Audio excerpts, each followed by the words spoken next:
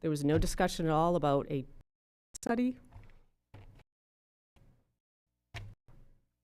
Completely just, you're talking 500 vehicles, probably. One tenant, at least, per apartment, most likely two, in order to afford the apartment. So how are 500 cars going to navigate, which comes into a four-way intersection, as they're all aware of, at the intersection of Rite Aid and CVS? The great fear is that Somersworth is going to turn into Dover. Anyone who has been on Central Avenue or has tried to navigate Central Avenue, so it's very upsetting for those of us who love Somersworth to see where we're headed. I know many people in Dover who are extremely upset about what their community has turned into. They feel like they're being displaced, and they have grown up there. And this parcel of land for the community. I recall being young and having to take swimming lessons. We were transported by the Somersworth Recreation Department to Dover to use their pool. There is, in the winter, it'd be wonderful to have an outdoor skating area. Families could go there, they could gather. I mean, this should be used for the community, for people who live here, who grew up here, who pay property taxes that continue to increase.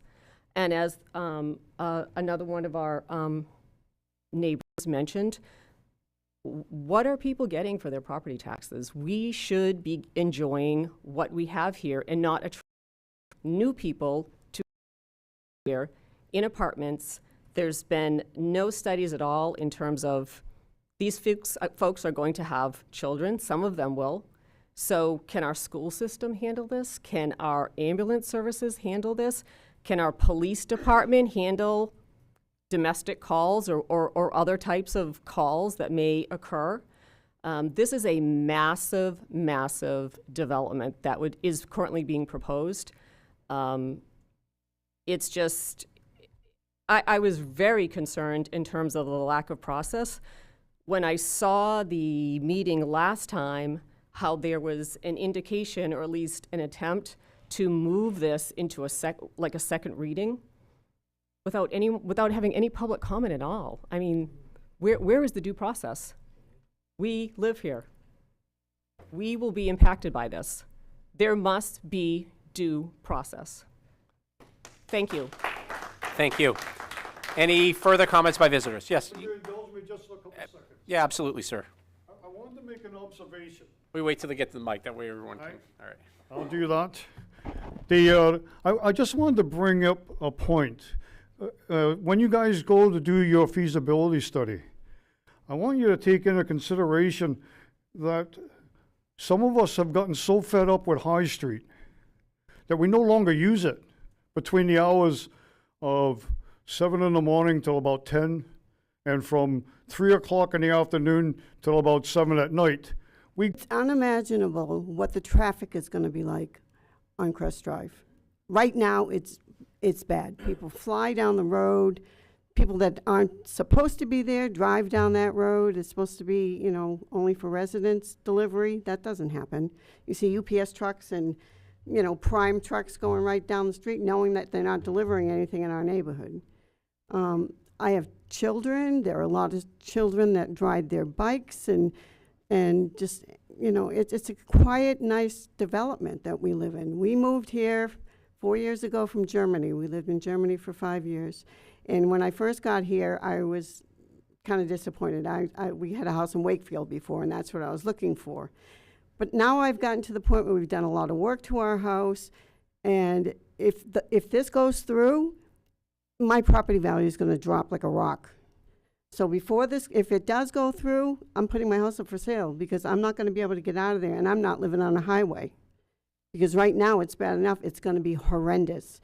I don't care if they did something, but if they blocked off our road, Crest Drive, and didn't allow the traffic or just residents in, I don't know how they'll do it, but that's what we need. I mean, it's going to be horrendous. You could have at least 500 cars. If people have 2 cars in their family, That's 500, that's not 250.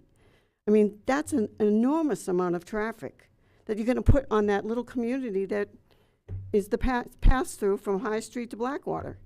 It's just not, to me, it's not feasible just to have some contractor make a ton of money off people. I know we need housing, but I don't think that that's the right place to put it. I mean, is there any proposals about traffic or what they're gonna do about Crest Drive or even High Street?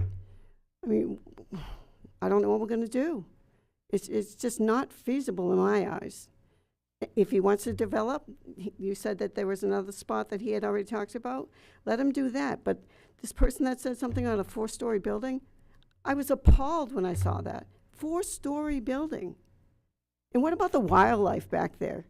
I hunt. I worked for Fish and Game. We have tons of deer back there. We have bobcat back there. We had a bear last year back there. And where's that going to go? I mean, it's going to make it even worse. If they tear all that down and make, I don't know, all the deer are going to come to my house? So I just don't think it's feasible. I don't think we need it, like everybody's saying about a community center or, you know, swimming pools. People will come to that, and you'll get your money from that. You know, people will, and my taxes are really high. So they're asking what we get for our taxes. What are we getting? A big development from some builder that's going to make things worse for us? People don't understand their property values will drop if that goes through and we're living on a highway. Thank you so much. I appreciate your time. Thank you. You're welcome. Any further?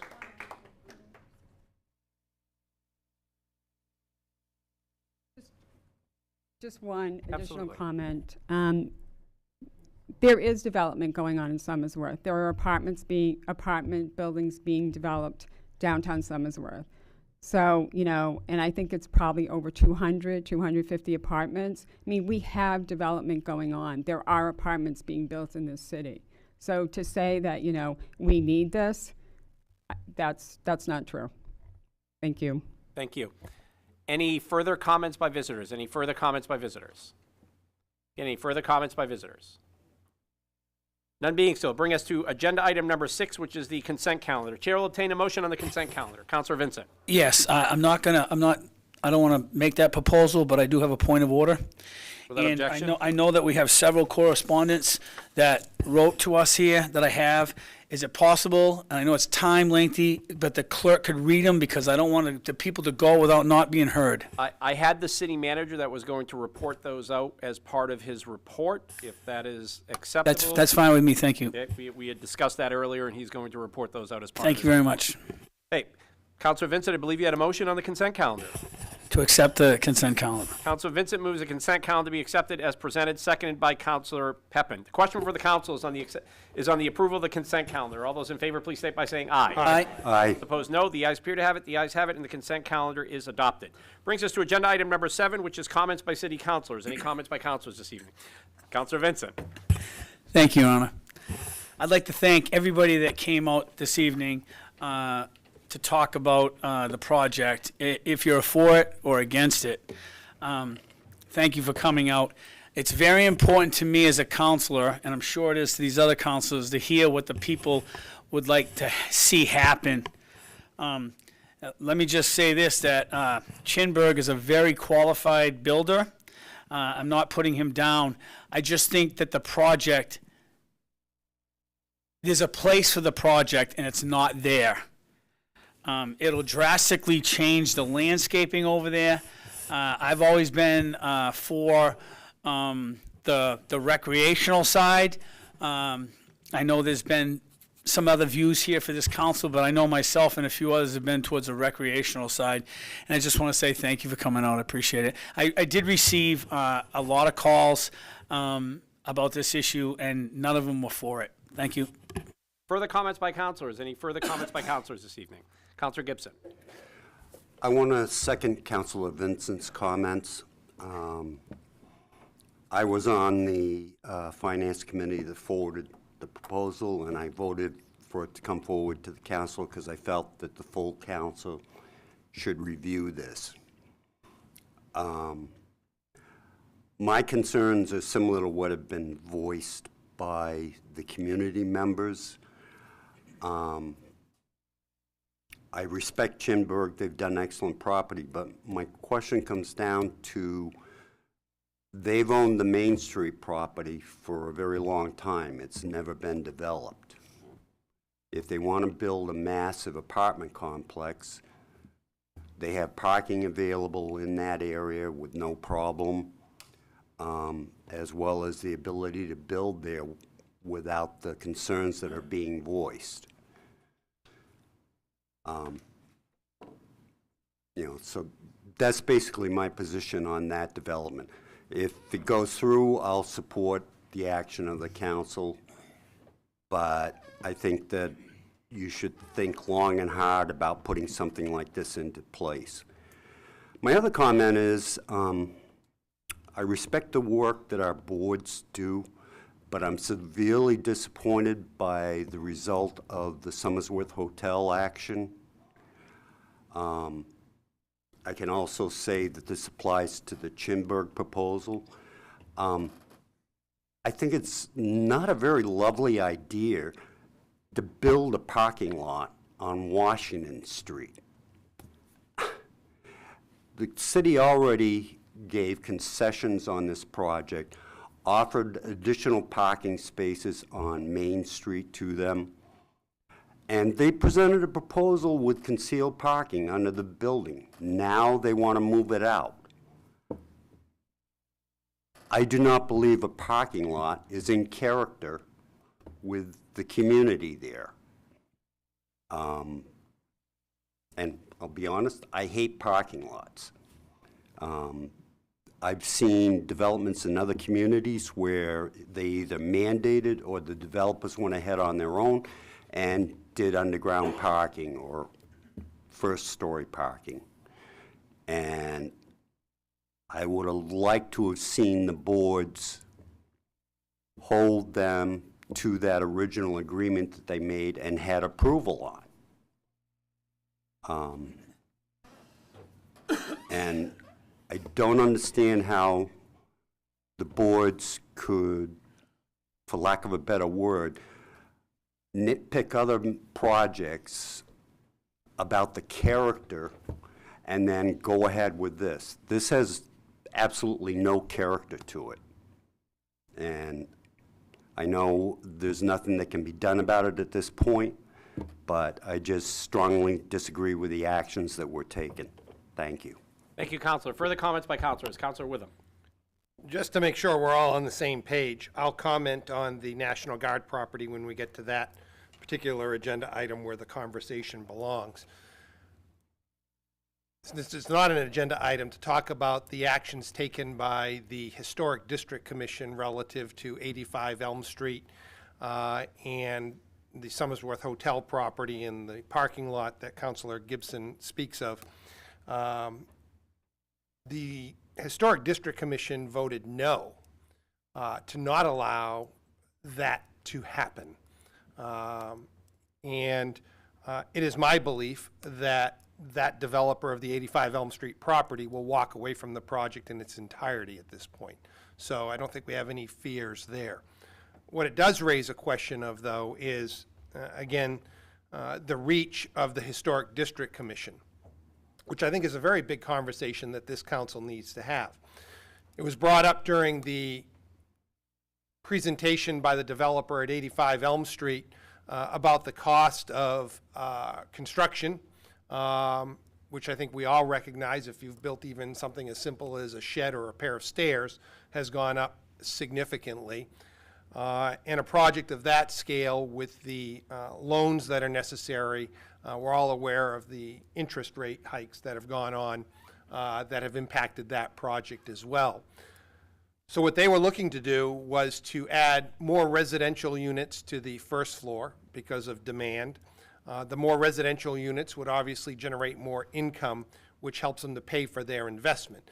But because they were displacing the underground parking, they needed to find parking adjacent, which was the Somersworth Hotel property, which is an urban blighted property that's perhaps beyond any sort of repair.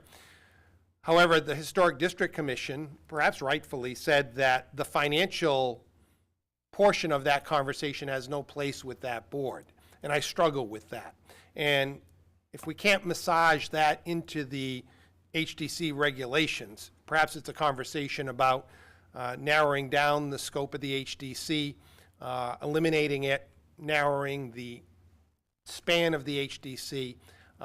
That conversation gives rise to those conversations. So just for clarity, thank you. Thank you. Further comments by councilors? Councilor Girding and then Messier. Councilor Girding. Thank you, Your Honor. I will as well hold off on comments on the National Guard until it is brought up on the agenda. I do appreciate everybody who came out and spoke either in favor or against it tonight. Thank you for your comments. I have extensive notes ready to talk about it. But wanted to follow up on the HDC vote that took place in regards to the Elm Street project. Just agree with Councilor Witham. Finance is not allowed as part of our decision. I am the council representative who sits on HDC. I've been on it prior to being on council as a regular HDC member, and we are not allowed as a part of our vote to consider the financial impacts of the applicant. And so the argument that was presented to the Historic District Commission was that the changes needed to be made in order to allow for the project to be financially feasible, and that argument was not something we were allowed to hear. It was almost as if, like, if you're in a court case, you need to exclude it from the jury and say, strike it from the record. We can't hear that, I'm sorry. However, as a member who voted in line with the decision at the HDC, I will say that I think that I wish that the developers had done their due diligence prior to their initial proposal. They worked with us very extensively when they initially were allowed to build the proposed building at Elm Street that we approved originally. We had multiple essentially like proposals in advance of the one that we eventually voted on, and I wish that they went through the same process with us for this new proposal. They kind of just showed up with a brand new design, changing out the parking underneath, changing the entire facade of the building, and essentially ignoring all of the originally agreed upon historic elements that the HDC required of them. For a brand new design that was looked very, very different from what was approved. Had they gone through that same process they went through the first time, there could have been a possibility for some negotiation, to work with them to better understand their needs, but instead they arrived with, you kind of just threw a proposal on the table, weren't willing to compromise, and then weren't even willing to table the proposal for us to continue working on it, which, again, like was expressed previously, gives me fears that they might walk away from this. But at minimum, I will commend the HDC for at least following their own rules and by their guidelines for the decision that they made, sticking to the proposal that they initially agreed to with the developers back in whenever that was, February maybe. But I agree, I think I would be happy to work with you, Councilor Witham, on maybe looking at ways that we can adopt or change ordinances or regulations for the HGC to perhaps allow financial considerations, to allow for things like that, to maybe be, or allow there to be at least a little bit more wiggle room. So happy to sit down, maybe figure something out. That's all I have to say. Thanks. Further comments by councilors? Councilor Messier. Thank you, Your Honor. I'll start with the project on the Armory site. I, for one, have never been in favor of any project other than the city keeping the property and doing something with the former Armory. We've had consultants tell us that single-family homes were the way that it should go, and did not go that way.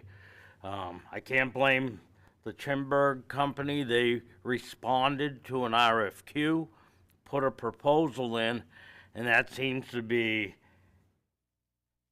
being fast-tracked because we hear they were the only one. I'm not blaming Mr. Chimberg. He responded to an RFQ. Then if the purchase and sales goes through, Then it goes through a lengthy site evaluation and things like that. So I will not be supporting, I haven't supported this from the beginning, and I won't support it tonight. So, other than keeping it, I don't care if it stays the way it is forever. So, now we'll go to 85 Elm Street. It seems foolish to me that a board, first of all, I don't think that the historic district ought to be down that end of town. If somebody can explain to me where's the historic value of a parking lot or a profile garage or the old hotel that is rotting away in the back, and that, it seems short-sighted with a historical district committee. There were 2 sane people out of 7, so it seems to me that what we're gonna have up there is a dilapidated parking lot, profile garage, gonna stay the same because the developer's just gonna walk away. Because why would he or she, they, want to do this and put up with this foolishness? I mean, we need to look at the big picture. And I don't think that the historical commission did. I hope that the developer appeals its decision, and let's hope that we can come to some resolution, because other than that, what you see if you drive through there, as I did this weekend, there's abandoned refrigerators, there's abandoned buildings. The parking lot is deplorable. Now I'm sure we can send the code enforcement officer and we can try to force them, because that's what we love to do. All you can do is look at your packet. That guy, he does a good job, because there's like 3 pages. So, but I'm saddened about 85 Elm Street, that project may be down the highway. I would support. We've had previous people wanting to look at shrinking the historical district, which I support. I've lived here for 65 years. I don't know what the historical significance of a parking lot in that building is. So so in closing, summary, I will not support the development of the Armory other than as a community center or something for the city. And I'm saddened about 85 Elm Street. Thank you. Thank you, Counselor. Further comments by counselors? Any further comments by counselors? Counselor Gibson. Just quick, if I misrepresented what I was saying about the boards, and apologize to the boards. My concern really was with just the fact that I don't believe in allowing a group to radically change a proposal that drastically changes the impact on the community at large. Thank you. Further comments by counselors? Any further comments by counselors? None being so, brings us to agenda item number 8, which is communications. We have several emails that are rolled into the city manager's report. Brings us to agenda item number 9, which is presentations and petitions. We have none this evening. Brings us to agenda item number 10, which is the mayor's report. Honorable members of the council, I submit to you the mayor's report for Monday, July 10th, 2023. Under nomination, appointments, and elections, in accordance with Council Rule 17, appointments, the following is being brought forward this evening for a confirmation vote.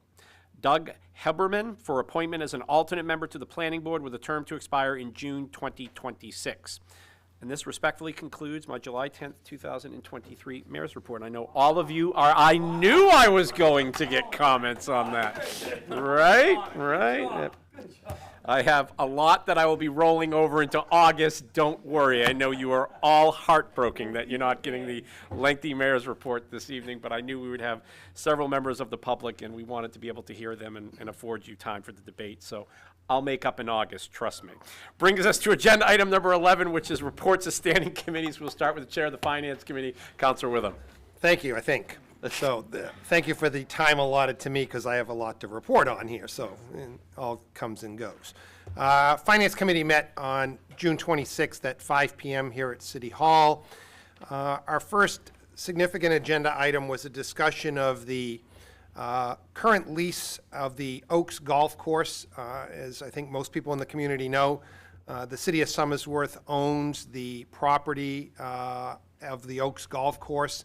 It is operated by the Oaks through a lease agreement. There are 20 years remaining on a 38-year lease that the city signed back in 2002. The Oaks Golf Course, again, as I think most people in the community know through various correspondence, is looking to do a number of site improvements over the next 5 to 10 years. Expansion of dining facilities, the deck, virtual golf, covered pavilions for the driving range, a number of course improvements to include some tree removal to enhance the playability of the course, so on and so forth. And it's obvious that those improvements will cost millions of dollars. In order for the Oaks to have a return on that sort of investment in the property, they've done some calculations with their actuaries, and it makes extension of the current lease beyond the 20 years remaining important for the viability of their loans and all of that. I think the committee generally agreed with Mr. Harity, who represented the Oaks, he's the owner, that the Oaks is a tremendous asset to the city of Somersworth. The partnership that the city has had with the Oaks to include taxes on some of the site amenities, the lease payments and all of that, and what it brings to the city is extremely valuable.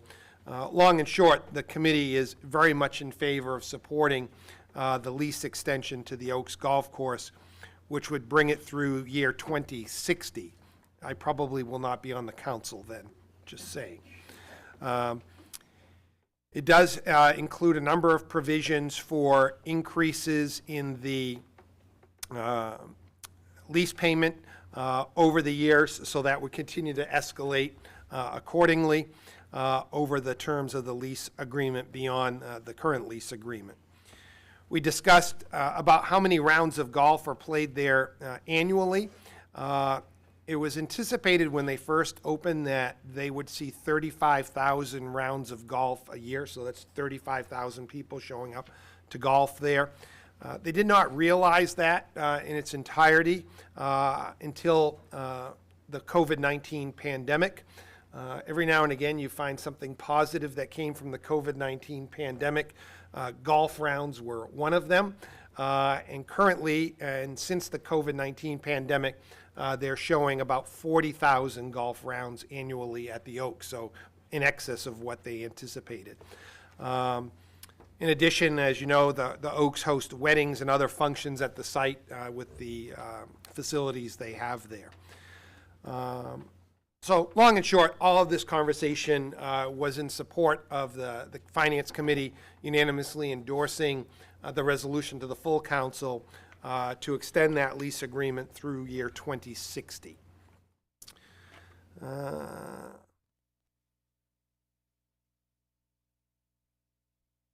Under miscellaneous, we actually had a significant discussion with Mr. Henry Herndon from the Community Power Coalition. Long and short, the Finance Committee supports the city moving forward with the formation of a Community Power Coalition here in Somersworth. In essence, this provides for greater buying power for city residents and businesses for power.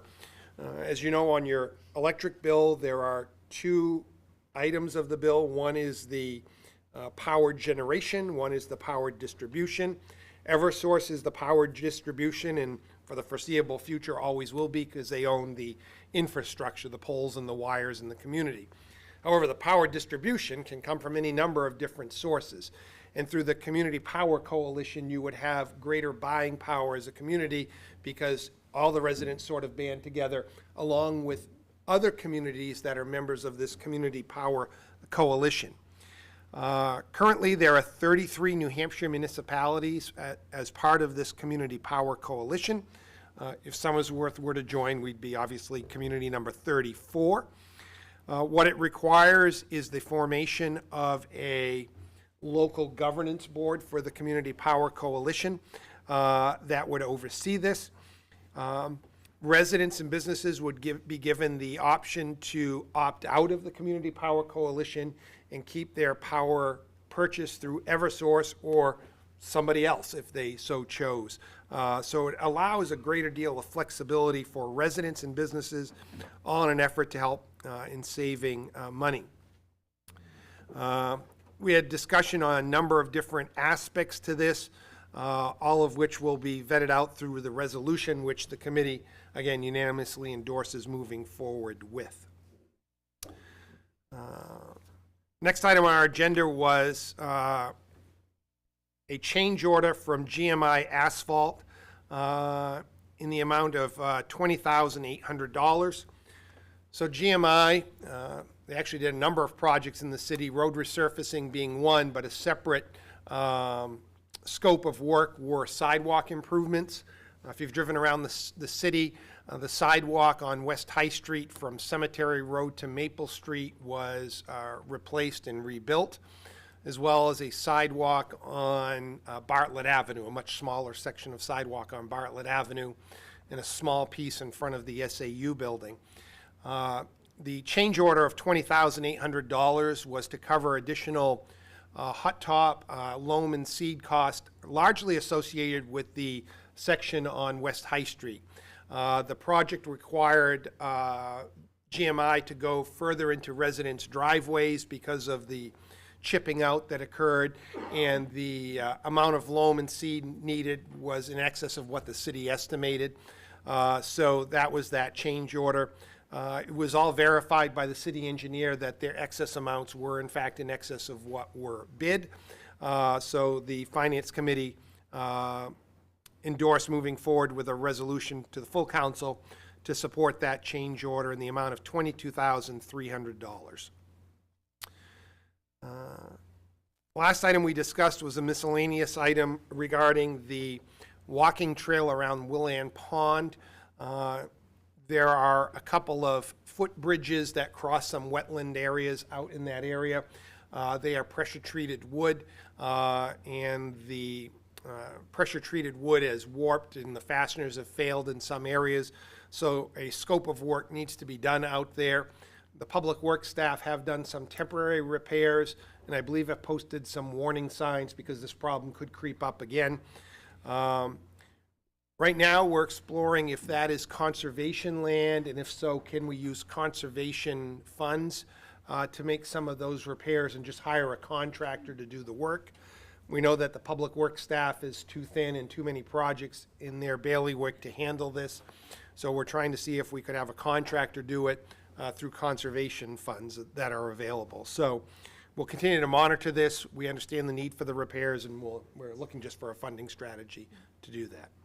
That concludes the report of the Finance Committee. Thank you.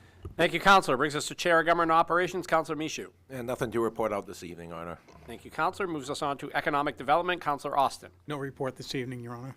Thank you, Counselor. Brings us to Public Safety Chair, Counselor Pepin. I have no report this evening. Thank you, Counselor. Brings us to Public Works and the Environment, Chairman, Counselor Witham. Public Works has not met. Thank you. Thank you, Counselor. Brings us to Recreation, Counselor Cameron. Thank you. We did have a brief meeting tonight before council, and we had approved our minutes from January, so we hadn't met since then. One of our points of interest was a woman from Rochester who is dying of cancer. It's kind of a sad but gracious donation. She is going to donate a granite bench out to Mass Point Dam, where she walks with her dogs, and she is very specific about how she wants this done, and there's a map of where it's going to be placed, so they'll work with Kirsten and Mr. Babinski about the placement of it, but it's a very nice donation, and it's sad at the same time, but she has enjoyed it so much out there. That's what she's doing for the city, so that's wonderful. The Home Depot Foundation grant we talked about is a $3,500 grant. We have a little bit of a timeline for our Ash Street Park butterfly. park, and a lot of the money that is going to be donated right now is going to be used for basic landscaping. Nothing with the flowers this year. That'll come next year, but we're hoping to have a lot of the improvements done by September, and when we do, we might have a ribbon cutting then to at least get it off the ground. And then we talked about the community gardens grant that they got, and there'll be some winter programs about gardening and lectures for people on gardening and composting that you'll be able to attend. We also going to be having a new program. It's a 50-plus group, new walking and hiking program, and it'll be 6 walks, 2 at Willen, 2 at Mass Point, and 2 downtown to get the seniors out and walking. And if it's a success, which we hope it will be, they'll have one in the spring and one in the fall. Tiny Toppers is open for the fall. You can register online with their new registration program, and they say it's working out very well. An update on Kids Camp. We're in week 3 right now. Session 1 had 45 kids, and session 2 has 54. And we would also like to thank Mona Potter. She's been with the rec department for 9 years. She's going to be retiring. So thank you for all your work with the recreation department. We appreciate it. The software went live, so 30 out of 32 did it online, and there were no issues as of yet, so that's great. And Malley Farm softball fields are being used for 2 tournaments by Seacoast Softball. And that is the end of my report. Thank you, Counselor. I guess we do have a brief report on Public Works and the Environment from Counselor Messier. Thank you. On June 26th at 4 o'clock, the Public Works and Environment Committee met. The meeting started at 4:10. We approved the minutes of April 21st, 23 by a 2-0, 1 abstention. We reviewed the GMI asphalt sidewalk improvement change order. I'm not going to eloquently explain because Councilor Witham did. So, but that was backed by the committee 4-0. The next item on our agenda was the Oaks Golf Course management lease, and everything that was said in the Finance Committee, it also passed the Public Works Committee by a 4-0 vote. We were updated on project updates on the TAP grant, the light poles at the high school. Since then, the concrete has been poured, the light stanchions are in, waiting for the lights, and waiting for that to finish up. Miscellaneous, that was about it, other than the bridge thing at the Willen Pond, which we believe we need to do something because those walking trail, or that walking trail out around Willen Pond gets considerable use. So, thank you, that's it. Thank you, Counselor. Brings us to agenda item number 12, which is reports of special committees. Any reports of special committees? Counselor Girding. Thank you, Your Honor. I have a report from the Mayor's Commission on Cultural Ethnicity and the Arts. We met Wednesday, July 5th here at City Hall. We had one item on our agenda, which was a discussion of the proposed city historical marker program that came out of the Mayor's office. We got an update on this program. We currently have 8 proposals for places where these markers will go, as well as locations associated with them. So I'll just go through those quick. Central Park, there will be a plaque displayed at Willen Pond entrance. One for the murder at Great Falls National Bank, which will go outside 45 Market Street Bakery in the sidewalk, or the adopt-a spot. Fred Brown, which is going to be a plaque displayed at the Somersworth Historical Museum. Another for Great Falls Manufacturing Company, which will be at the Canal Street entrance, likely on the sidewalk. One for our unique name, Somersworth, which will be here at City Hall. Another for Noble Pines, which will be up by Noble Pines by the playground. Next, the General Electric Building, which will hopefully go by the entrance to Aclara. And then lastly, Citizens Place, which will go right at Citizens Place. We discussed these 8 proposals at length. kind of learned about their cost, and discussed that this would be hopefully a program that would grow over time. We were excited for these 8, but hope that we can get more. I think 10 is the goal to kind of represent our 10 square miles here in Somersworth. We came up with a few potential ideas for future ones, including the John Wentworth House, which had been on the list, but we figured we would potentially need to consider the impacts of it being a private residence, so would want that to be vetted a little bit further before we actually go forward with it, but could certainly stand as one in the future if the residents were willing to coordinate with the city on that. Another being Horn Street Cemetery. That was a proposal that came out of the HDC, but we were still on the fence as to whether we wanted to bring too much attention to that cemetery, being that it is extremely fragile and not well known, and we didn't know the impacts of putting a sign there on the cemetery itself, because some of those gravestones are certainly very fragile and we want to protect them.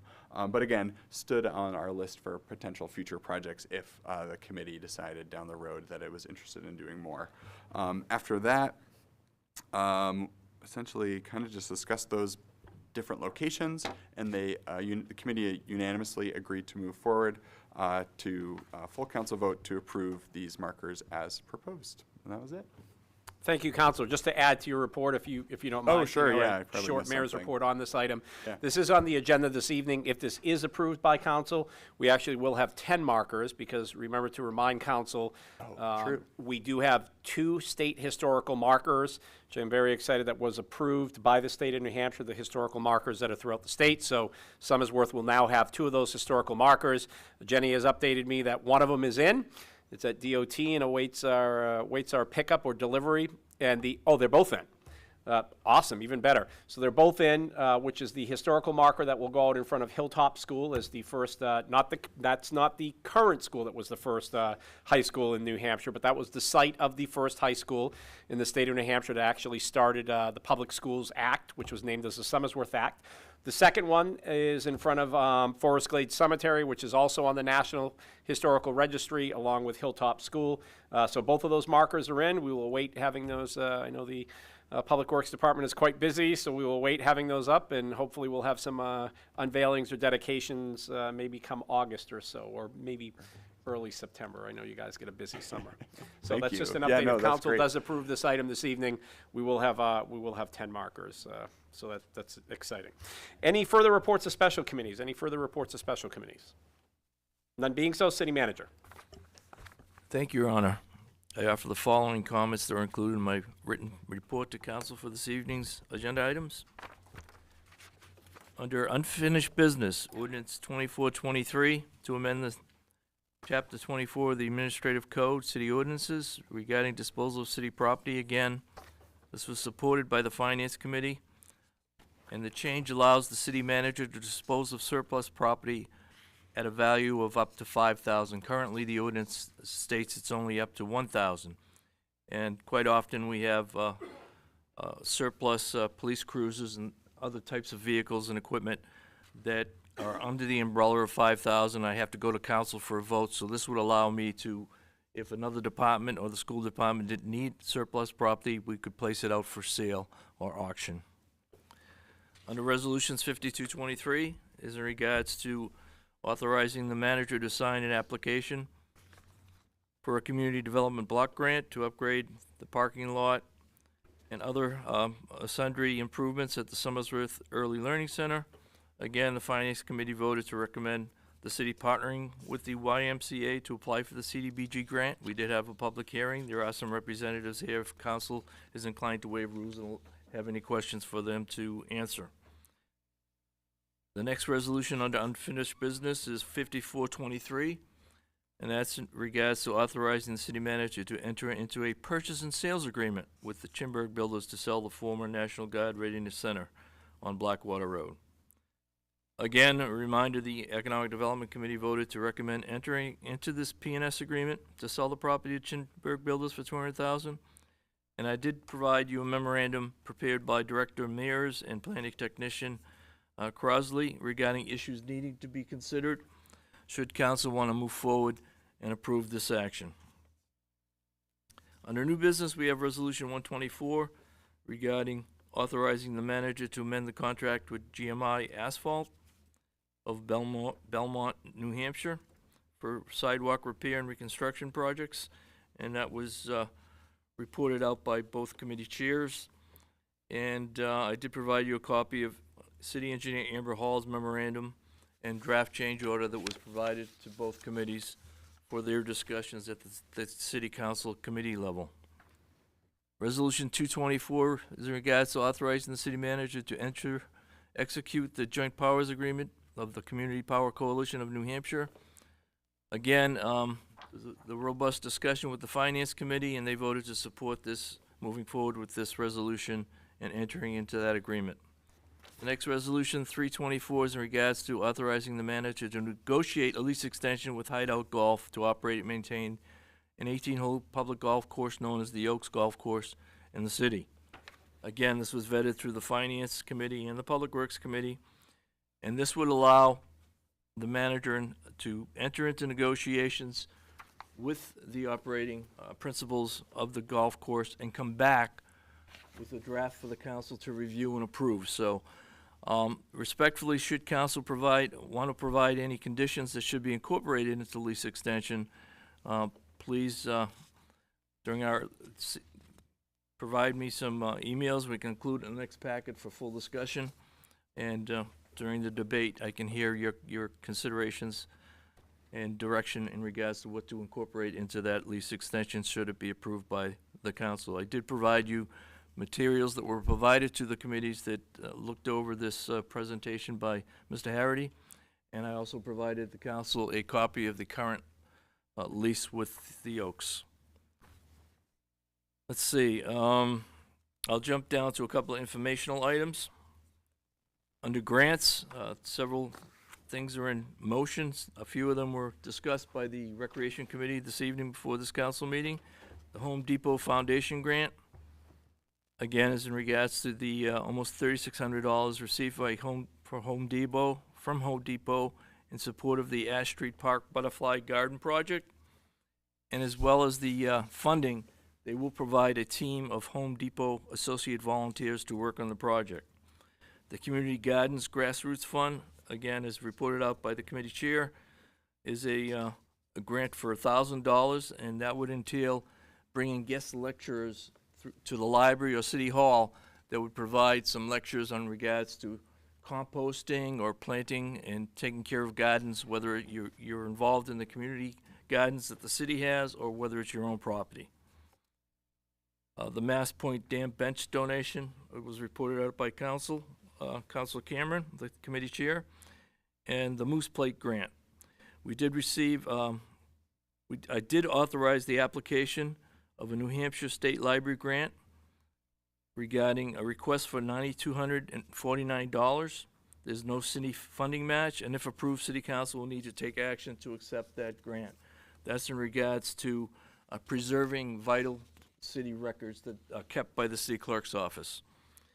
So without objection by council, I will move forward to accept the Home Depot, Community Gardens, and Mass Point Dam Park donation. I'll move forward with the grants and also with the donation. And I guess in closing, I just express my appreciation to all our staff, Public Works Director who was involved in the Home Depot grant, and our city clerk's office in regards to the Moose Plate grant, and the mayor's office and the volunteer Jenny Holmes for her diligence in seeking out the Community Gardens grant. And that would conclude my report, Your Honor. I know you also had several emails you were going to share. Oh, thank you, Your Honor. Do you want me to read them or just who they came from? Counselor? I would like you to be able to read their names and if they were for or against the project. Without objection from council, that's how we will share the emails. Without objection. That might be a little difficult for me to interpret whether they're for or against, but let me give it a shot. All these emails that were received, the mayor and council has received hard copies prior to this meeting, and we also supplied a hard copy at each of their stations in chambers here. So they both received them before the meeting, and they received hard copies this evening. One that wasn't received before the meeting was actually not sent to me, but to Counselor Nancy Cameron, and that was from Matthew LeBlanc, and he lives on Drew Road, and he actually voiced support of new apartment infrastructure in Somersworth, and he goes on to cite some of the reasons why he supports it. And while I see people posting a desire for a number of other facilities, and I would also love a rec center, Somersworth is in desperate need for quality housing, and I believe Chimberg will deliver this. Please give Chimberg's proposal serious consideration. So I won't read the whole thing, but I might try to encapsulate a few sentences that might give you a gist of whether they're for or against. The next one, in no particular order of importance, but just as they lie on my desk, Kathleen Alden writes to the city manager. These are received by me, these next four, I believe it is. It comes to my attention that there is a proposal for consideration to build 2 4-story apartment buildings at the site of the former National Guard Armory. I am not in favor of this proposal. Instead, I would like to see the existing buildings be reconfigured for use by the citizens of Somersworth. And she lists several programs, recreational, Big Brothers, Big Sisters, using it for tutorial support. She's unable to attend tonight's meeting, and I wanted to express my opposition to building the apartments. The next one I read is from Andrea Bovin, I believe. She writes, I live on 64 Crest Drive. I am writing to convey my opposition to the Armory development proposal, consisting of 2 apartment buildings with hundreds of tenants. If each tenant has a car, and most apartments will have more than one tenant, it translates into 200 plus cars flooding the area of Crest Drive, Guy Street, Blackwater Road, all of these being severely impacted. And she notes about Crest Drive as some members of the neighborhood came up as being a cut-through for tenants to reach High Street. The Armory is a perfect location for a community center, she writes. The next one is a repeat. Got 2 printed out here. Sorry about that. The next one is from Martha Corr, C-O-R-R. I am writing to express, let's see, as a 36-year resident of Crest Drive, I am writing to express my concern and dissatisfaction in response to the City of Somersworth and Chickburg Builders' proposal of 250-unit luxury building in place of the National Guard site. I am concerned for the safety of the neighborhood. Many children, elderly, and residents alike use Crest Drive and the ancillary streets for walking and pedestrian activities. She notes the increase of 250 plus cars negatively affecting the safety of individuals. Many streets don't have sidewalks. Why not let Chimberg buy property in the downtown area and bring people to the downtown? What is the thought process to use the area for an apartment building rather than a community center or some other form of outdoor activity space? Martha Corr. Amy Lockhart, L-O-C-K-H-A-R-D-T. Hopefully I said that correctly. She writes, I live at 24 Crest Drive. I'm writing in regards to the proposal, Chinberg's proposal. He does great work, Chinberg that is.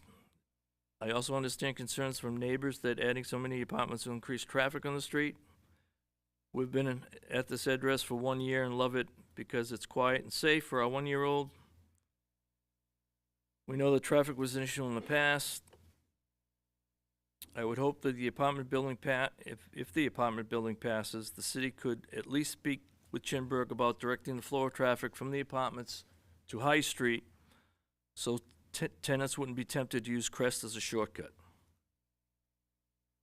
Anyways, that's not my main reason for writing. I love the idea of making the Armory some kind of community area instead, such as Little Indonesia. Thank you for your time. Signed, Amy Lockhart. I think that's it. Was that 5? One more? Sorry. Thank you. Sorry about that.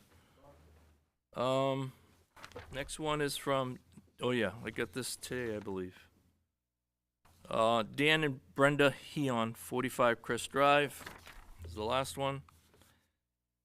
In lieu of us being on vacation out of town, please accept this letter as our feedback and opinion relative to the two-story apartment building being considered and possibly voted on this evening. We reside at 45 Crest and have long-standing issues with cut-through, quote-unquote, traffic and speeding cars on our street. Several years ago, the street was changed from a through street to a one-way street to the volume of cars and the safety of everyone on Crest Drive. Adding 250 units to the Armory site will increase the number and pose additional risks to families. We are strong proponents of reconfiguring that space to the benefit of the entire community, such as a rec site or something of that nature. That's the gist of all the letters. Thank you, Your Honor. Thank you, Mr. Manager. It brings us to agenda item number 13, which is nomination appointments and elections. Under nomination appointments and elections in accordance with Council Rule 17 appointments, the following is being brought forward this evening for a confirmation vote. Doug Harabin for appointment as an alternate member of the Planning Board with a term to expire in June 2026. What are the wishes of the council? Everyone jump at once here. Councilor Austin. I'll move that the nominee be appointed. Councilor Austin moves that the nominee be so far as confirmed, seconded by Councilor Gibson. Discussion. None being so, all those in favor of the confirmation of the nominee, please state by saying aye. Aye. All those opposed, no. The ayes appear to have it. The ayes have it, and the nominee is so far as confirmed. Brings us to agenda item number 14, which is items which have been placed upon the table. We have no items upon the table this evening. Brings us to agenda item number 15, which is unfinished business. Chair recognizes the clerk for a second reading on ordinance number 2423. Ordinance number 2423, to amend Chapter 29 Administrative Code, Section 29.8.5, disposal of city property. Ordinance number 2423, having been read a first and second time, is open to further amendment. No amendment being offered, the chair will obtain a motion on ordinance number 2423. Councilor Witham. Yes, move for its adoption. Councilor Witham moves the adoption of ordinance number 2423, seconded by Councilor Cameron. Discussion. None being so, if you are in favor of the adoption of ordinance number 2423, you will state by saying yes. If you are opposed, you will state by saying no. Chair recognizes the clerk to call the roll. Councilor Pepin. Yes. Vincent. Yes. Gibson. Yes. Austin. Yes. Micho. Yes. Witham. Yes. Girding. Yes. Cameron. Yes. Messier. Yes. Ordinance number 2423 is adopted. Chair recognizes the clerk for a second reading on ordinance number 5223. Resolution number 5223. Resolution 5223. Thank you, Madam Clerk. To authorize the city manager to sign an application for a Community Development Block Grant, CDBG, to upgrade the parking lot, install air conditioning, new windows, new playgrounds, upgrade classrooms, and make certain building structure improvements at the Somersworth Early Learning Center. Resolution 5223, having been read a first and second time, is open to further amendment. No amendment be it offered, the chair will obtain a motion on resolution 5223. Councilor Witham. Move for its adoption. Councilor Witham moves the adoption of resolution 5223, seconded by Councilor Messier. Discussion. Councilor Witham. Yes, thank you. At an earlier meeting, I spoke in favor of this proposal, and I do again here tonight. I think as many of us in the community recognize, the lack of childcare is an issue that not only plagues our community, but I would say the entire state and maybe the entire nation. It's a big problem. What that impacts is the ability for people to work. We have a shortage of workers here in New Hampshire. We have a shortage of people here in New Hampshire to support the things that we need to do. So we need to support those people that do currently live here that could be helping, and childcare is certainly one of those things. So I certainly support the broad mission of childcare. Importantly, to the property on Bartlett Avenue, in recent years it has fallen into, humble opinion, a state of disrepair. It needs to have some TLC. And this opportunity presents an opportunity to improve that facility at a number of levels. So it can continue to function as a child care facility for the foreseeable future. So this is important on a number of levels, and again, I support that. Question for the council is on the adoption of resolution 5223. Further discussion. City Manager. Yeah, I would just note that the city council, there was a first reading back at the last meeting in June, and the full extent of the resolution was read at that time. And the three actions that are involved in the resolution are: one, authorizing the submission of the CDB application, authorizing the city manager to sign and submit the application and all related forms and documents, and upon approval of the CDBG application, authorizing the manager to execute any documents which may be necessary to effectuate the CDBG contract and any amendments. The vote would also adopt the 2023 Housing and Community Development Plan. And number three, it also involves adopting the 2023 Somersworth Residential Anti-Displacement Relocation Plan, which was prepared for the purpose of this application. And it also authorizes the city manager to enter into a contract with SRPC, the Stratford Regional Planning Commission, for the administration and supervision of this project until it is completed. Thank you, Your Honor. Question for the council is on the adoption of Resolution 5223. Further discussion? None being so, if you're in favor of the adoption of Resolution 5223, you will state by saying yes. If you are opposed, you will state by saying no. Chair recognizes the clerk to call the roll. Counselor Pepin. Yes. Vincent. Yes. Gibson. Yes. Austin. Yes. Michaud. Yes. Witham. Yes. Girding. Yes. Cameron. Yes. Messier. Yes. Resolution 5223 is adopted. Chair recognizes the clerk for a second reading on Resolution 5423. Resolution number 5423, to authorize the city manager to enter into a purchase and sales agreement with Chinburg Builders to sell the former National Guard Readiness Center located on Blackwater Road. Resolution 5423, having been read a first and second time, is open to further amendment. No amendment being offered, the chair will obtain a motion on Resolution 5423. Councilor Girding. I move for its adoption. Councilor Girding moves that Resolution 5423 be so far as adopted. Seconded by Councilor Austin. Discussion. Councilor Girding. Thank you, Your Honor. I have a number of things I want to chat about. I do first want to say I apologize for requesting a second reading on this at the last meeting. That was essentially just because we had done the same with the previous proposal for the old police station, and I think I just got excited and ahead of myself and very much apologize. Thank you to the residents for being here tonight. I am so glad we did not have that because it was extremely important and helpful to hear from you. So really appreciate you all coming in today. Second thing I want to touch on is I have a number of questions for the developer, and I was hoping I could suspend council rules. Councilor Girding moves that city council rules be so far as suspended as to allow the developer to answer allow the developer's representative to answer some of the questions. Is there a second? Seconded by Councilor Gibson. Gibson. Thank you.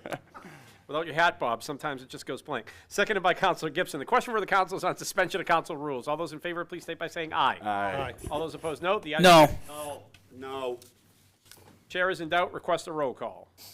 If you are in favor of suspension of council rules, you will state by saying yes. If you are opposed, you will state by saying no. Chair recognizes the clerk to call the roll. Counselor Pepin. Yes.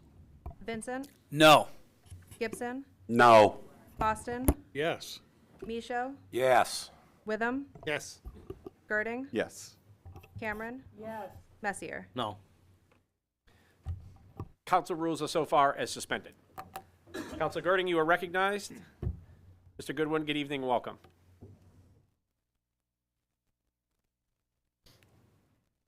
Good evening. Thank you. So the biggest concern that I heard tonight and from over the past week plus from emails and folks reaching out is in regards to traffic.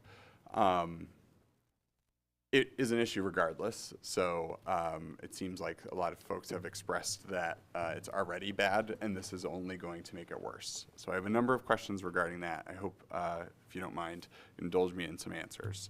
The first is in regards to the number of cars that will likely be associated with this property.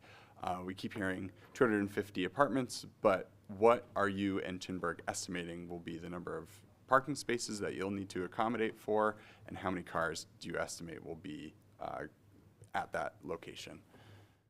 Sure. So it is very, I should say, the 250 apartment number in the RFP is an approximate number. I think it was up to 250. We do not have a coordinated design, let alone an approval. So we did some back of the envelope math on what the site could potentially hold, and 250 apartments was the number which we arrived at. So that is a ballpark, be it high-end figure for the amount of apartments that could fit on a site of this size in this location. I'm currently showing that 220 units is probably more accurate at a 1.3 parking ratio, which is a ratio which Trimberg has used in the past for similar properties, and which the planning board and other boards in the city have approved. You are talking about 250, 270 parking spaces, something along those lines to get to that 1.3 parking ratio. Speaking to, maybe to get ahead of some of your questions, hearing the concerns in the room this evening, obviously very preliminary days, we haven't engaged a traffic consultant as part of the site plan review and entitlement process. We would anticipate to have some sort of traffic review and impact study completed. I'm a lifelong resident of Somersworth as well. I am familiar with the area. I have ideas around how traffic might be mitigated in the area, and I hear those concerns, but I think most of them, if not all of them, are solvable through design and careful thought. Thank you. You did kind of get ahead of some of my questions, which I appreciate, because I was going to ask what your process would be to hopefully help mitigate traffic. It sounds like doing a traffic study would absolutely be necessary, especially hearing the number of concerns. I would be requesting that. But going a little further, how familiar or how likely is it that Trimberg would be willing to do some sort of off-site improvements, say to, first thing that comes to mind is the light at Indigo Hill Road. That intersection alone has been problematic and will be increasingly problematic with the number of individuals parking in that site and using that intersection. It's quite close to where the site is, and I know other times, perhaps maybe not in this city, but in other cities, developers will do slight changes to the roads, traffic, maybe even sidewalks, things like that, to help appease the community and allow for easier access for residents to the building that you'd be building. Would that intersection be something worth considering, and what is the likelihood of Trimberg being willing to negotiate with us, or at least have conversations about doing off-site improvements? Certainly with a project of this scale, the conversation about off-site improvements is one that we anticipate to have. I can't speak to the specifics of what that might look like in this scenario and whether or not it would be feasible. I do know as a resident that I believe the city has applied for a grant to re-signalize the lights on High Street anyways, so I think that light would be addressed through that grant. Today. Oh, good to know. Started today, apparently. Great. I guess where I'm going is I think for me, and probably many of the folks here, there needs to be some sort of compromise to make this project amenable and for it to move forward. And so some sort of off-site improvements, perhaps related to the feasibility study or the parking study, might be something that I would be interested in. Point of order, Your Honor. Without objection. I feel like Councilor Girding is grooming this because he's in favor of it. I mean, we're talking about off-site improvements, and we just should have the representative here answering. How can he answer questions that he doesn't know? So we're talking about, excuse me, Your Honor, but we're talking about dressing this up for the sale. I don't like that. Your point of order is well noted. The counselor is within his realm to ask questions, just like you are, if you so desire, and recognize his questions are within order and do not breach any protocol. Thank you. Thank you. Counselor, you are still recognized. Further clarification, because it seems as if what I'm doing is not clear. What I'm trying to get to here is a way to write into this resolution further restrictions and further things that would allow for compromise within this community to benefit the residents who spoke tonight. I'm trying to come up with a way that we can actually possibly include in the resolution more things that would allow for this project to be amenable. Traffic studies and off-site improvements possibly being one. So Thank we you. are still at the question phase, Counselor. You are recognized to continue to ask Mr. Goodwin some questions. I will yield my questions for now. Thank you. Further questions to Mr. Goodwin? Counselor Witham. Thank you. I guess a couple of questions that you could answer for me.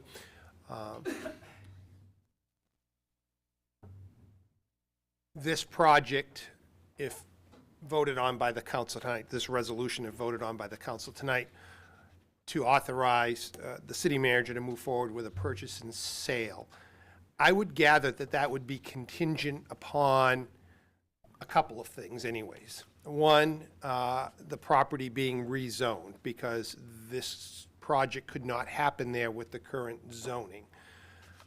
Is that an accurate piece of the purchase and sales, that it would be contingent upon that? Correct. The RFP envisioned either a residential or recreational use, and the current zoning does not support residential use at all, I believe. And just as a matter of fact, not a question, but to follow up on that, that zoning change would be made by the city council. So the zoning change, which this purchase and sale would be contingent upon, would be contingent upon this city council voting on a zoning change for this particular project. Secondly, this project, if it were to move forward, would also require site plan approval by the planning board. So I'm gathering that perhaps that would be a condition of the purchase and sale as well, that you would be granted site plan approval by the planning board. Correct. And site plan regulations in the city require a traffic analysis, depending upon the scope of the project, a minor or a major traffic impact study. I'm gathering that this is probably of a size that would require a major traffic impact study, and would also require a study of impacts to city services, not the least of which would be school impacts, impacts to water and wastewater and those sorts of things. So just in terms of the process here tonight, if we were to move forward with a purchase and sale, that would be contingent upon layers of other activity and vetting around many of the issues that the residents raised here tonight, that arguably would take many, many months. So I just throw that out there. Thank you. Further questions to Mr. Goodwin? Counselor Vincent? No? Nope, not for Mr. Goodwin. Further questions to Mr. Goodwin, now that he is at the podium? Paul, thank you.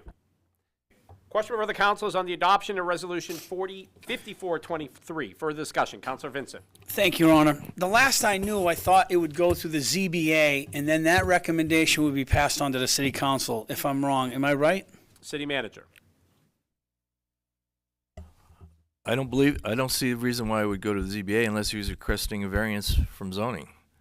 But but in turn, wouldn't that be requesting a variance for zoning?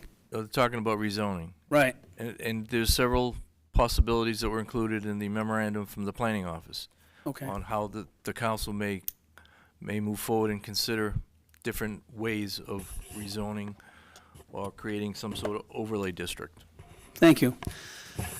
I have all due respect for Council Witham, but I guess what I would say for is why waste the time of the applicant when we can already see that the full neighborhood over there is in disapproval of this project, along with a few other people who sent in emails. It doesn't change the fact that there's going to be a 4-story building there or something smaller. I don't feel it's the actually areas or neighborhoods liking. We had a project come before us downtown, which was the old Breton's Cleaners, and we had less people here show up for the Breton's Cleaners that changed our minds. I just don't want to lose sight of what's going on here. This is a big project. We're not talking about a 2-story, 4-unit building. We're talking about several stories and several apartments of congestion. I just don't want the council to lose sight of that. Here we have people who have lived here in the city for years that are giving disapproval. It's not just the traffic. Don't get me wrong, I'm sympathetic to the traffic because traffic is what really affects us every day. But what it is the view and the sight of what you see when you come into that area. Putting this huge building in a residential neighborhood, in my opinion, doesn't fit. You know, I live down the street, but you know what? It really doesn't affect me because I'm out in the woods there on Blackwater Road off of Vincent Way here, and it really doesn't affect me. But I have compassion, and I think of the people who have to come out their door every single day. So think as a counselor, you coming out of your door every day and having to see this giant building there with people, and it brings kids. I'm sure there's going to be a kid play area. There's a lot of variables here. I think we should just slow the train down and look at what's going on here. And I can move to table, but I'll wait. Thank you. Question before the council is on the adoption of Resolution 5423. Further discussion. Councilor Gibson and then Witham. Councilor Gibson. I'm going to basically second Councilor Vincent's comments. I do not like the idea of a massive structure like this being put into a predominantly single-family residential neighborhood. And as I stated before, I dislike huge parking lots, which is what you're also going to have. You're talking 200 and some odd cars, and using the 1.3, it comes out to 286 cars. I'm sorry, 1.3 cars being parked there. They were also talking about commercial spaces, which would add additional vehicles to the lot. And as the residents of the community there stated, they have severe concerns that would be even worse with a higher level of traffic going through that area.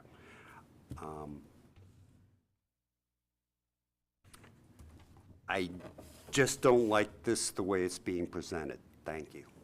Question for the council is on the adoption of Resolution 5423. Further discussion. Councilor Witham. Thank you. First of all, I'm not sure how I'm going to vote tonight. I want to hear from other councilors. So for some to suggest that I am in support of this at this moment would be disingenuous. I asked the questions about the process because at least a couple of residents in their comments tonight talked about the due process. And I wanted to be very clear that there is a due process to the process. Again, just trying to listen to the concerns. A bit of the history here as to how we arrived even here tonight, and a little bit about my history and the property.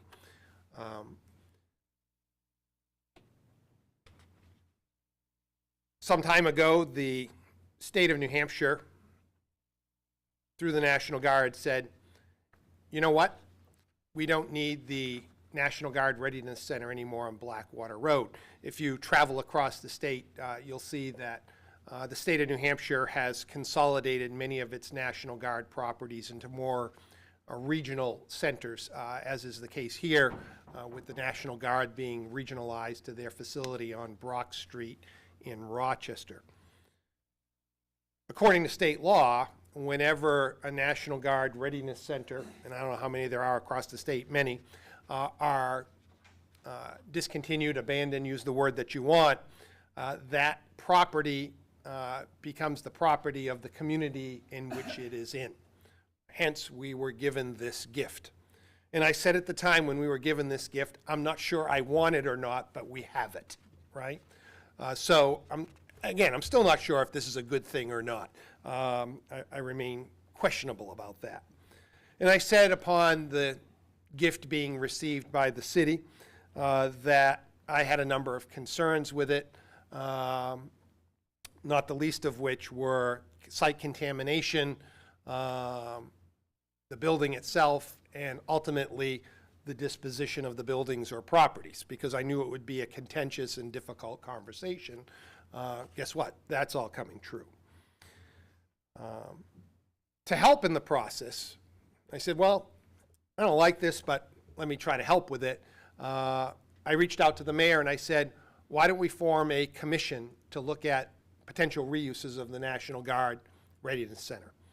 And I said, if you want, I'll chair that commission. So I did. through the help of the city manager's office and other city staff, we were able to, through some grant opportunities, engage the services of the Stratford Regional Planning Commission, who engaged the services of a consulting firm to look at potential reuses of the property. And there were 3 basic reuses that were identified by Stratford Regional Planning Commission and its consultants. One was residential. I will say that it wasn't a residential opportunity like is in front of us here tonight, but was rather subdividing that parcel into a number of single-family home lots. If the number serves me correctly, I think it was 9, and maybe a few townhomes on the backside that abut what used to be St. Laurent Park, now discontinued. It's not a park anymore. It's the city's solid waste Superfund site, right? So we can't be on there, right? The other opportunity that they looked at was more of a commercial opportunity, and they theorized what that could be, and they used as an example putting a brewery in the building, having a restaurant, maybe some outdoor facilities for dining. And then lastly, the other opportunity they looked at was keeping it in the city's control and utilizing it as a community center, as many have brought up here tonight. The city looked at all of those. Stratford Regional Planning did a very rough cost estimate of return on any of those options. The option that was financially the most feasible for the city was the sale of all of those properties as single-family home lots, maybe some townhomes. You get the sale of the property and then the ongoing tax revenue from that. That was financially the best one for the city, financially. The least financially advantageous of all of these, obviously, is the community center. But we wanted to kind of have an idea as to what that might be, so city staff did do an examination of that. It was estimated that we'd need to spend upwards of $1 million, maybe as much as $3 million to rehab that facility for a recreation or community type center. And then on top of that would be the annual operating expenses, heat, fuel, lights, all of that, and more importantly, staffing, because we don't currently have any recreation staff to staff it. So we'd have to hire personnel to do that. So that would be an annual operating expense. And somewhere in the middle was that business enterprise, again, a brewery type of thing. So we looked at it from a financial perspective, and then we also looked at it from a zoning perspective. Currently, the National Guard site is zoned recreation. So keeping it as a community center requires no rezoning. The surrounding and abutting properties are zoned R1, residential. As was indicated by many of the residents here tonight, that's the look and feel of the area. So if you were to rezone it, perhaps the easiest rezoning would be to an R1 residential zone, because that's exactly what abuts the area. It would blend in, if you will.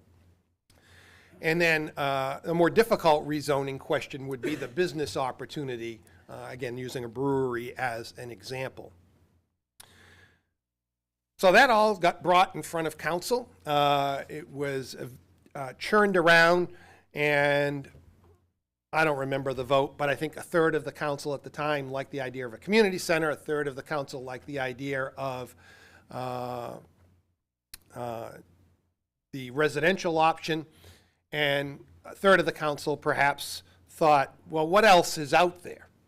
And that's exactly where the conversation went. All those 3 ideas got put on a shelf. I won't say thrown out, but they were put on a shelf. And this idea of a request for proposals, or an RFQ, request for qualifications, came up to see what else might be out there as an opportunity other than the 3 options that the Stratford Regional Planning Commission had. As has been said, the Chinburg company is the only company that responded to that request for proposals with the proposal that is in front of us here tonight. that's the story as to how we got here with the current project. Sorry to take so much time, but this is an important matter and the details matter. By way of history, lifelong Somersworth resident, grew up on the corner of Laurier and High.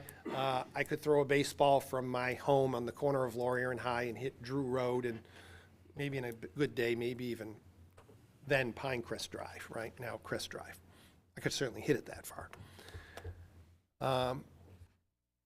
In 1979, I was 13 years old. Go ahead and do the math. You can figure it out, right? In 1979, I was 13 years old and took over as the field maintainer for the Somersworth Little League. So once a day, I would ride my bike over to the Little League ball field, which is still there today, and stripe and prepare the field for games. It looked a lot different than it does now. And once or twice a week would cut the grass at the ball field and outside of the ball field, starting with the mower that used to be kept in the Somersworth fire station. I would go and shyly knock on the door, and they'd let me in, and they'd open an overhead door, and I'd get on the tractor and I'd go over there and mow, and then I'd bring it back. But I quickly realized that that became problematic because sometimes they weren't there to get the tractor or to put it away. So ultimately, my dad, who was a cop here in town, said, keep it at the house and just drive it over there. So I drove it up High Street and down Drew Road and across Blackwater Road and drove it over there. I wouldn't do that today. I think it's a bit more traffic, as has been indicated, right? And did that up until about 2012. So if I did the math, about 33 years, I went to the Somersworth Little League field and did field maintenance or umpired baseball games or did whatever needed to be done over there as necessary. But in 2012, I left there and went up to the Pines because my son turned 13, and I was following his journey playing baseball, and that's where he went when he turned 13. So not that I had any disrespect for Little League, I just had to go up to the Pines because that field needed some love, and I continue to love that field today. It's my adopted spot. My wife say most people adopt traffic islands. I says those are boring. I'll adopt a ball field. It's much more exciting. So I have been away from the Little League complex for the last, I don't know, 11 years or so, and putting my efforts in up at the Pines every week, every day, to help out with that. Why do I share that? Because I have a history with the property. I know the property. Somewhere along this process of the RFP for the project that's in front of us tonight, there was concern about the loss of the Little League ball field. So by way of history, the Little League ball field always sat on the National Guard property. It's never been owned by the city. It's never been on city-owned land. It's been on land owned by the National Guard. I remember one time some general kind of guy with all the stuff on his uniform came over to me when I was umpiring a game and said, hey, you got to get all the players off the field, and they landed a helicopter. A bunch of people got out with helmets and guns and jumped the fence, and the helicopter took off, and he said you can play baseball again. So just an interesting story. And I will tell you that for all of those 33 years that I was involved at the Somersworth Little League, there was always a concern by the board of directors at the time, and there were many presidents over those years, maybe a dozen. What if the National Guard said, we want that land to expand our facility? And one of their last expansions, they actually put up this like 12-foot fence with barbed wire at the top, and it follows the outfield of the Little League. I mean, they came as close as they could, but they never took it. So thank you, New Hampshire National Guard, for doing that. So the one thing that happened when the city took ownership of this property, whether we wanted it or not, we own it, was we now own the Little League field. So I said, we need to provide clarity for this RFP that goes out. Is it going to take over the Little League field or not? And if it is going to take over the Little League field, you need to have a plan to replace it. And we sought out Millennium Park as the most logical place to put that field. Maybe a $250,000, $500,000 investment into Millennium Park to improve facilities there, because you would want to recreate everything that's currently on the Little League field site. I was fine with either option, even having invested all that time, as long as the Little League had a firm place to keep its operation going. This proposal does not touch the Little League field. It stays away from it, and perhaps might even enhance it from the perspective of parking and site amenities and things of that nature.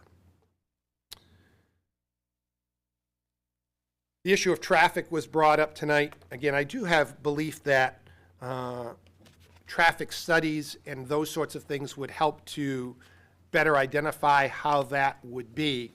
But it is a question, right? Because the traffic study might, in fact, say, yes, there's going to be an increase in traffic on Crest Drive, I suspect, right? And how would you control that? I don't know, right? It's nice to say they wouldn't be allowed to go up that street, but how do you police that, right? It's kind of an odd thing to do. I do think one of the issues that we have with traffic right now, notwithstanding this project, because several people have mentioned the traffic on High Street is problematic today, right? Councilor Girding mentioned the CMAQ grant, Congestion Mitigation Air Quality Grant, that the city received, I don't know, a bazillion years ago. It takes forever to get these grants moving, but is for upgrades to the signals from Blackwater and High all the way to the Dover line. Right now, those signals are in poor condition. They're what I'll call dumb signals. Most of the sensors have failed. They are on timers. So you could be driving up High Street and have to stop, even though there's not a car on the other street coming out. Stackpole Road is a good example, because it's simply on a timer, right?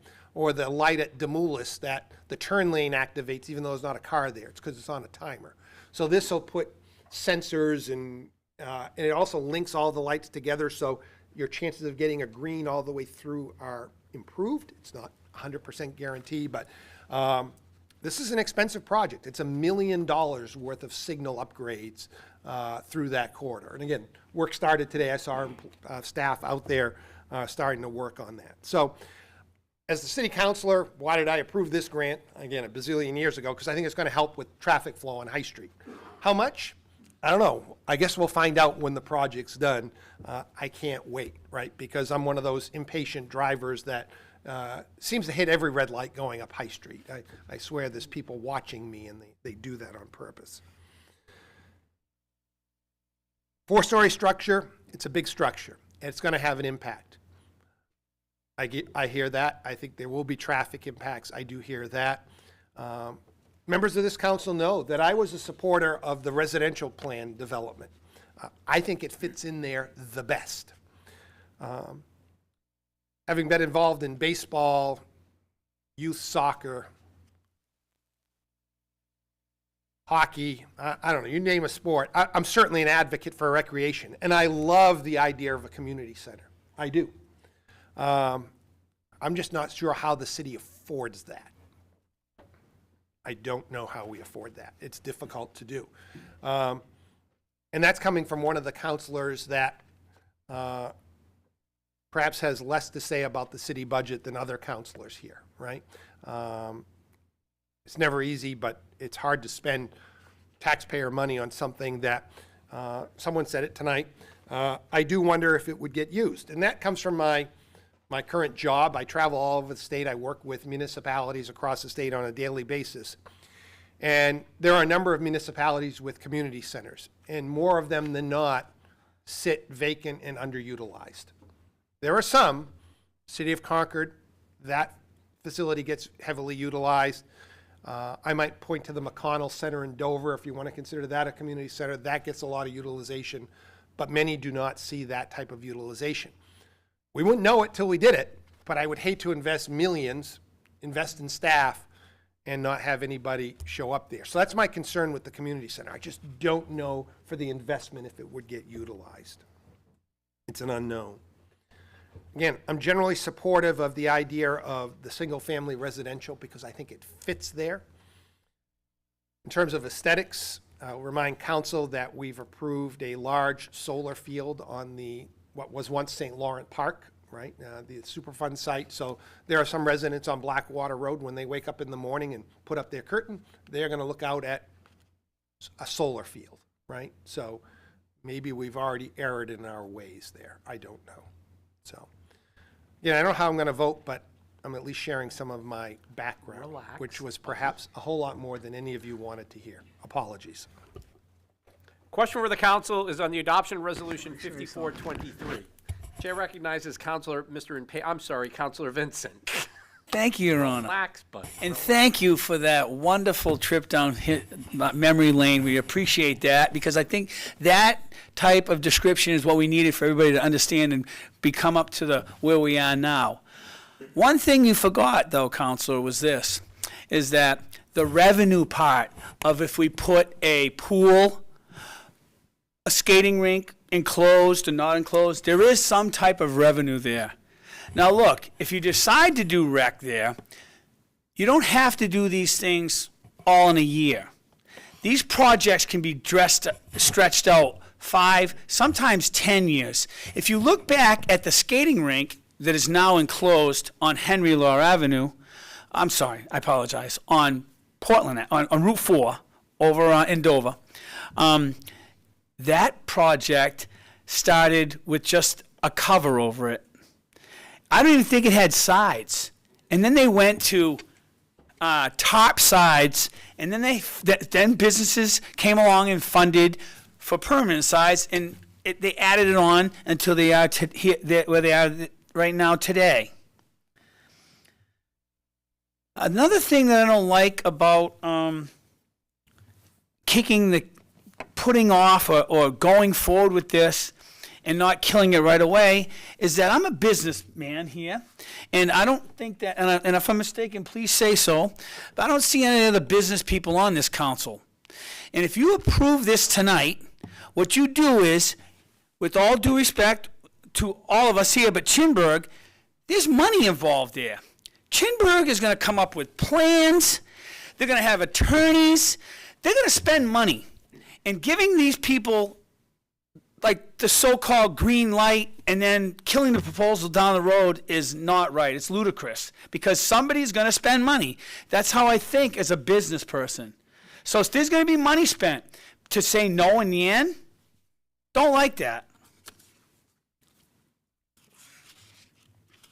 That's my comments. Question for the council is on the adoption resolution 5423. Further discussion. Councilor Girding and then Pepin. Just a side note, I'm not entering, and then we'll go to Gibson. I'm not entering into the debate because you know I share my opinions generally only during the mayor's report. But I am adding, the city does have a skating rink. And just for a note into the debate, a very successful one that is run by the Lions Club. So just note as you note into the debate, we do have a skating ring. It is a very successful one and heavily used one. Further discussion, Councilor Girding, Pepin, and then Gibson. Thank you. I think it's important to provide my own explanation for how I feel on the project. I do not appreciate having words put in my mouth about my reasoning, and I do not think that I would ever make a decision for this community for the interest of one single developer. I would absolutely never do that, and I want to make sure that that is clear. I make decisions because of the people of this community. I care very, very much about this community, and I really, really spend a lot of time thinking deeply, listening, and making sure that I do my very best to make the best decision for everybody. With that said, I want to give reasoning to the decisions that I've come up with, as well as air some light to how I'm feeling after listening to debate tonight from this council and from folks who came and spoke. Yes, I was and I think still am in favor of this project. And my reasoning is that I feel as if Somersworth, as well as the state of New Hampshire as a whole, is lacking housing, and we as a community could absolutely benefit from new residents moving into this community. Here's why. Our downtown is looking for more people to go to it. We do not have a thriving downtown. I spoke with multiple business owners just in this past couple weeks. I know we all have. We are constantly talking with folks from our who operate businesses in our downtown. They are desperate for more people. Having more folks living in this community in apartments would absolutely add to the number of people that would hopefully go and spend their money at our downtown businesses. I think it could benefit the community as a whole. Economic vitality is important. We want to make sure that this community thrives. There are a lot of businesses that do well in Somersworth, but those businesses are on High Street and 108, and I would love to see us start to draw people more and more to our downtown. Other projects certainly could do that better. I will not disagree. I think that this project is larger than I would like it to be. Like was said earlier, I sat on the National Guard Reuse Committee with Councillor Witham and Councillor Mishu, and we as a committee discussed having it be single-family housing, and that was, like was stated, my preference as well. But again, I've thought a lot about it. I've tried to balance and weigh out these concerns and think that the number of hurdles that this project still would need to go through at this point to get approval would allow for it to be whittled down to something that is better for our community than as currently discussed. There's discussion about going through planning. We have to get zoning approved if that even happens. Traffic safety and all the site plan regulations need to be followed. Those things can help craft a proposal that fits better for that location. Again, I understand it's a big project, it's concerning, and I trust the individuals on those boards to help make sure that project works. Again, I am just one counselor. I cannot go, or I cannot, for very obvious reasons, cannot go and tell planning board what to do. They are their own independent board, and they make their decisions for the best interests of the community as well as a board. And I hope that the folks that are here tonight, if this project is approved, that you continue to advocate for your feelings and your thoughts and what you know fits the neighborhood. And you continue, if, again, I'm not saying that it is going to be approved, but if it does, please go to planning board and let them know the exact same things that you let us know tonight, because those are absolutely important for them to hear as well. Other reasons I am in support of this. It was discussed the alternative projects ideas. We've heard about the community center. I went back and I looked at the notes after Councillor Witham gave that very important history, so thank you. I looked at the notes for the draft proposal for the various projects that we received from Stratford County. It was a $3 million initial estimated cost back in, what, a year or two ago, which could probably now be $4 or $5 million to just get that community center ready to open. That's an expensive project. We would likely have to bond for that. We'd do a 20-year bond, something of the sort. And bonds like that typically increase our tax rate of, I think we did a $3 million bond that was, what, 10 cents on the tax rate? So that would be a 10-cent tax rate increase. That's a lot. We would also then need to have annual operating costs, which I think we could estimate would be, depending on the number of staff that would work there, if it was about 5 staff members, I think that would be about $500,000 every year to operate that. If it was more than that, it could be $1 million every year. Those figures just alone would increase the tax rate between 50 cents and $1 every year. Every year, not just for the life of a bond, but for as long as we operated that. That's really expensive. And again, that is another reason why I have a really hard time justifying a community center that we are unsure will actually be utilized as much as I want it. I'm a teacher. I want my students to have places to go and have things to do. But I also am a city councilor who has to look at how expensive it is to live in Somersworth and how much your tax rates are. I pay those tax rates too. It is hard. I get it. And so having an expensive, beautiful, I'm sure, but expensive community center is something that I am not willing right now to justify spending on, or spending our money on. And so then I look at the alternative, which is if we sell it and we have something that's there that's generating tax revenue, what does that look like for our community?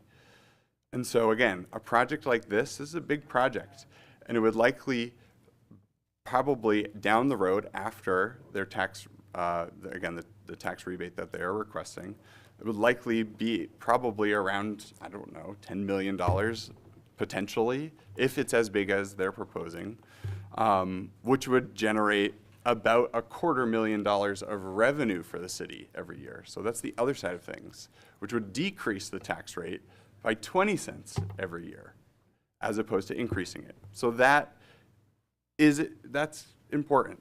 Now, I certainly see that there are other impacts on the community: police, schools, fire, things like that, water, sewer, absolutely. There are other costs that then probably get eaten away at that revenue that we would see.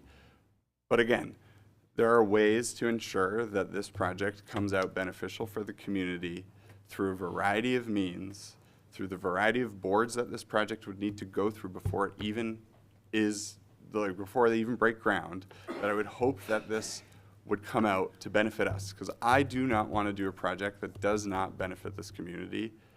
That is absolutely not my goal. With that being said, I would be ignorant to not listen to the folks that came tonight. And again, the number of people, I think every single one talked about traffic. And so I am absolutely willing to try to offset costs onto the developer to be able to mitigate and ensure that traffic is better or improved, or at least paid attention to through the process of this.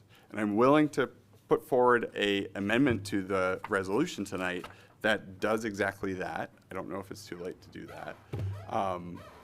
But I certainly would love to have something in writing in this resolution that ensures that costs related to anything that's determined from some sort of traffic or street feasibility study is something as a cost that is incurred by the developer and not by the city.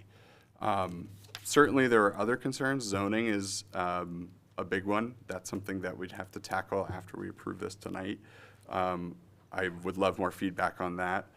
Let me make sure I'm hitting all the things I wrote down from what I heard. I think I did. But yes, again, I just really wanted to make clear why I'm feeling the way that I did. I think it's fair to folks who are watching, fair to the folks that are here, to hear those reasons. I'm sorry that they may or may not be in line with exactly what you were hoping. But I want to at least be willing to work with you and figure out some way that if this project moves forward, that it can benefit your neighborhood, because I absolutely hear your concerns. Thank you. Question for the council is on the adoption resolution 5423. Further discussion. Councilor Pepin, Gibson, and then Witham. Councilor Pepin. Yes, thank you, Mayor. I'd like to thank the people for coming out, because my initial thoughts was I was going to vote for this proposal, and I don't think I will be tonight. One of my reasonings for voting for it is I do understand that I wanted you people to come and express your opinion, because that is very important. We work for you. I mean, you're the ones that elect us here to sit here. But it does get frustrating as a city council. It seems like every time that we put out an RFP for any type of property that we have, it always gets defeated. There's always a group, Domino's Pizzas gets defeated. We try to do a project on Elm Street, it gets defeated by committee. So it seems like whenever we try to plan to make our community a little bit better, there's always a group of people that come in and kind of like put the squash to it. It's gotten to the point that I feel that there's no growth in Somersworth. You look at the other communities and they do have growth. And I'm old-fashioned. I come back here. I remember the city of Somersworth before urban renewal. and we threw all the people out of our downtown, and that still bothers me to this day. My wife lost her house that was sitting here just a little ways down the street because of urban renewal. So it kind of hurts. And it kind of hurts when I have people come up and say that we don't take part or we don't take an interest. Like Councilman Witham went through the details of how much thought went behind this thing and how much we are trying to grow our city and whatever. The reasoning why I'm really having a problem with this is that I think it is too big for the neighborhood. I would like to see some type of single residential, almost what the proposal was from the other proposal. I don't know how profitable this would be for Schimberg to go for single residential. I think they would possibly not even want to look at it because their investment is whatever. And if that's the case, that's the case. That's the reason why I won't be voting for it tonight. But I don't want this to be something like the police station. I mean, we've sat on that since 2008. I would like to see something just be developed there. Don't want to see a building totally neglected in a roundabout way and sitting there and end up becoming an eyesore in a roundabout way. I do have very, very concerns whoever takes over that property, and one reason why I was for Schimberg's taking this is that they take the responsibility for any hazardous materials found onto the thing. That is very costly. Found that out being on the building committee for the fire station. We got all the tests back and say all the land's the soil is good and this and that, and then all of a sudden the state finds something new, and we got some contaminated soil that's over $1 million that we got to figure out how to get rid of, and we have no funding. I sit here during the budget and I look at the school department coming to us, and they need this, they need that, they need this. Our rec departments are basically the same way. We're always looking to try to improve our rec departments, and we're always looking for donations or whatever. It's very, very hard to take care of what we're operating with right now and still keep it feasible for the taxpayer. If we don't have people in this community paying taxes, we don't have anything. So I'm on a fixed income, so I look at my tax bill a little bit differently than someone that's probably got a good job. So, Councilman Witham, you wanted to see my feelings my feelings. I think the project is a little bit too big. Originally, I'll tell you right outright, I was in favor of this, and it was probably because of spite that I'm tired of us failing of putting any type of project. I am tired of, I'm almost at the point that I don't think we'll have any contractors bid on anything in this community simply because we don't follow through with their RFPs. So why should they apply to an RFP that the city of Somersworth puts out if we don't approve anything? So I'm a little fearful of that also, because there's a lot of good projects that could be done in this community that benefit every citizen in the city. Thank you. Question for the council is on the adoption of Resolution 5423. Further discussion. Councilor Gibson and then Witham. Councilor Gibson. Build it and they will come. That seems to be what several of the council members are inferring.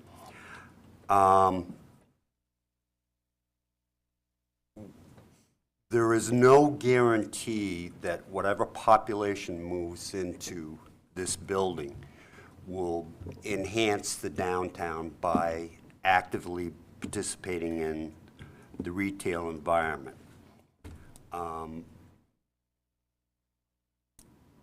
One of the problems we have with our downtown is it's totally constricted by what borders the main accesses to the downtown.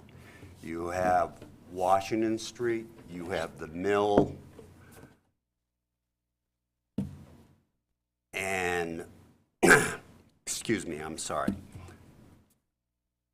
There's a very limited area to the downtown to try to draw businesses in.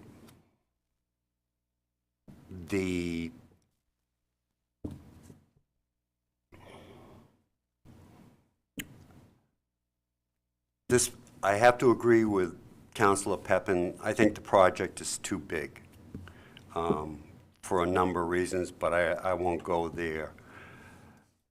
One of the things that everybody was saying, well, we can't do a community center, we can't afford it. We had a presentation done here a couple of meetings back about the need for upgrading of the library. And in talking to a professional builder about it, we kind of came to the opinion that it would be a better option to build a new library. Because it's going to happen sooner or later, because the library is an antiquated structure. And just as an aside, talking about the solar, that's something that's very easily screened from public eye. Some very inexpensive plantings, and nobody's going to even see that it's there.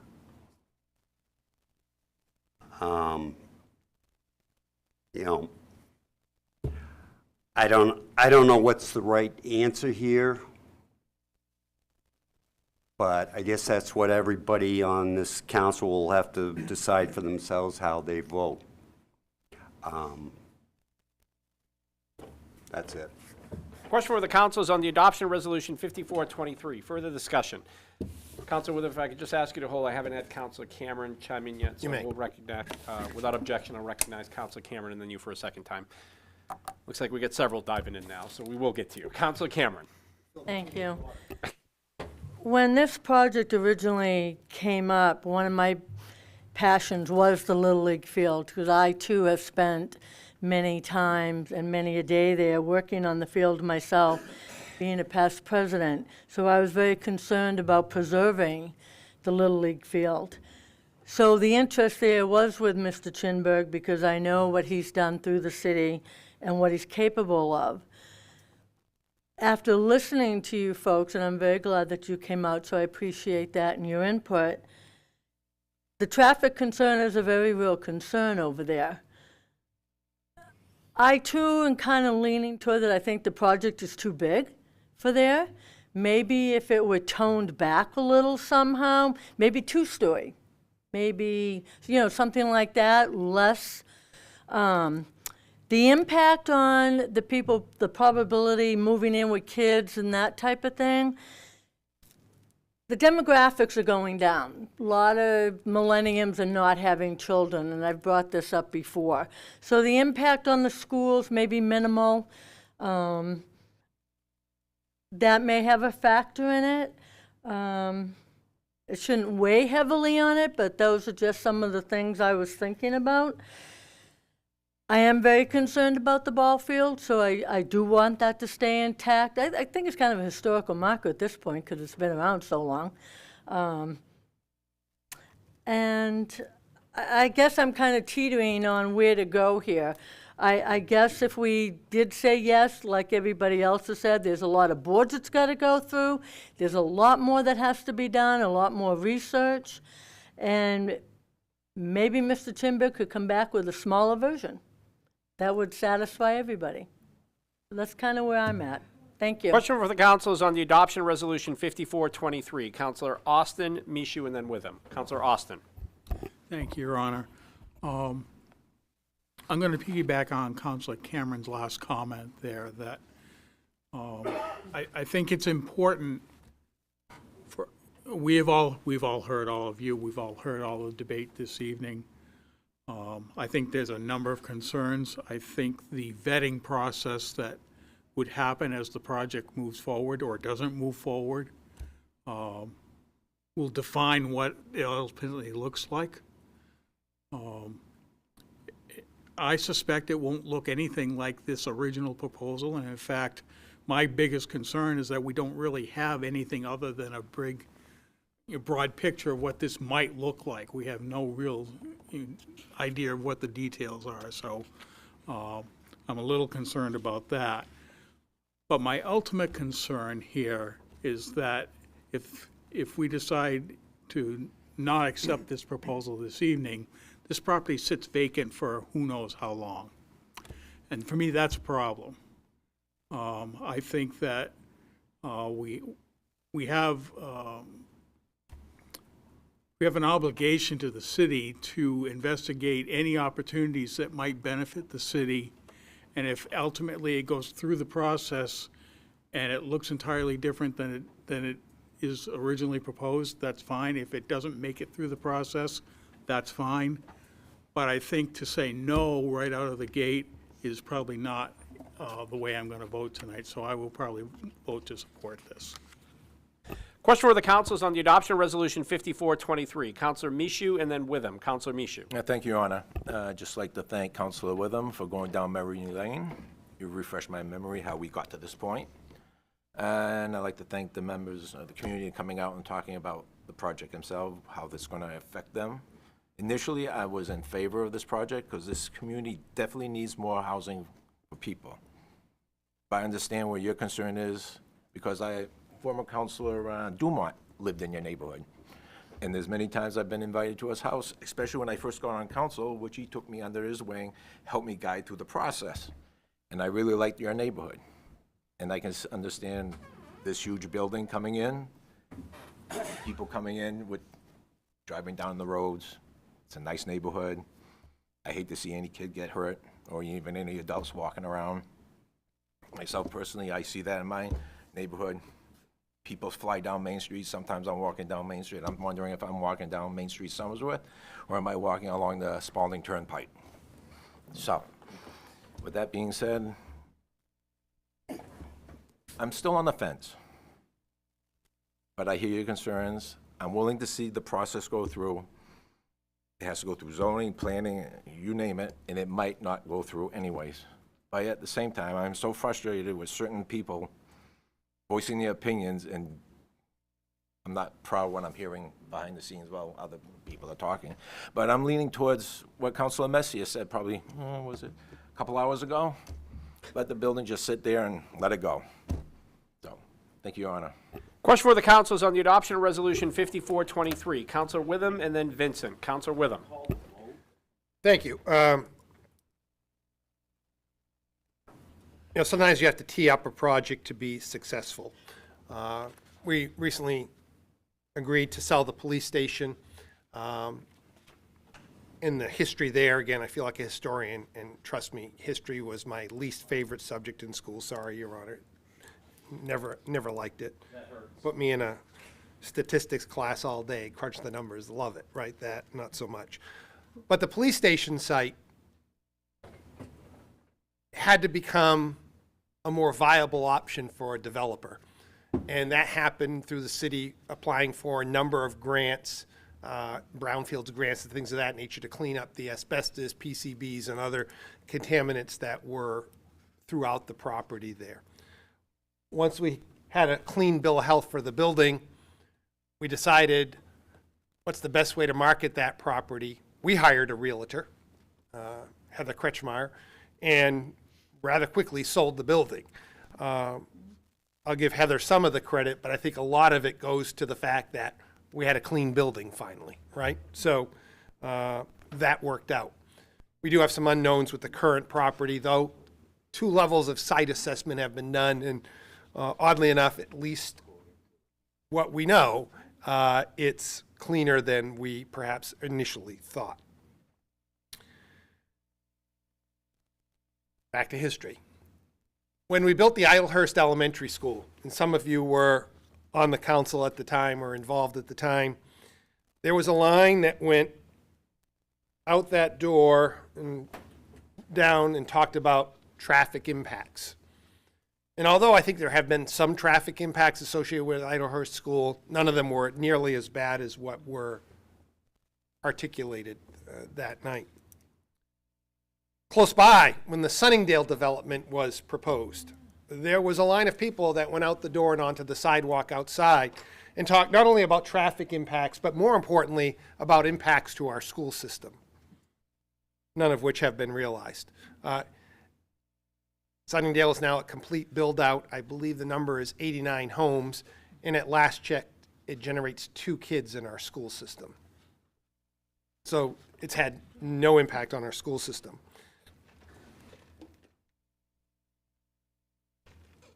'85 Elm Street, when that was proposed, there was a long line of people at the zoning board and planning board meetings saying, don't build it, it's too big, we don't want it.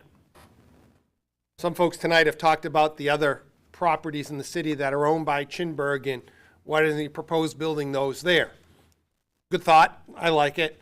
But guarantee you, if he decided to build these buildings on the property here on Main Street, we'd have just a different contingent of folks from Depot Street and River Street saying, it's gonna generate too much traffic, it's too big, so on and so forth. So any development comes with impacts, and those impacts affect the people that live nearby. I get it. If I lived on Crest Drive or Drew Road or Edmund Street or Guy Street or Maple Street, I'd be sitting where you are. I get it, right? Because we want to protect what we've worked so hard for and what we pay taxes for, the views that we've gotten used to waking up to, the traffic that we're used to, whether we like it or not, we're used to it, right?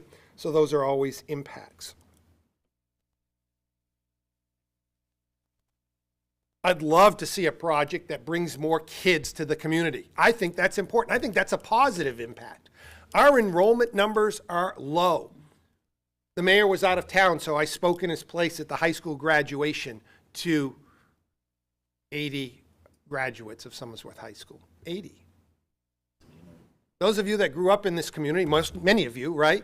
You graduated with a class size of 150, 175, maybe 200, right? It's now 80. And with the lack of kids in our school system, yes, more kids impacts the dollars a bit, right?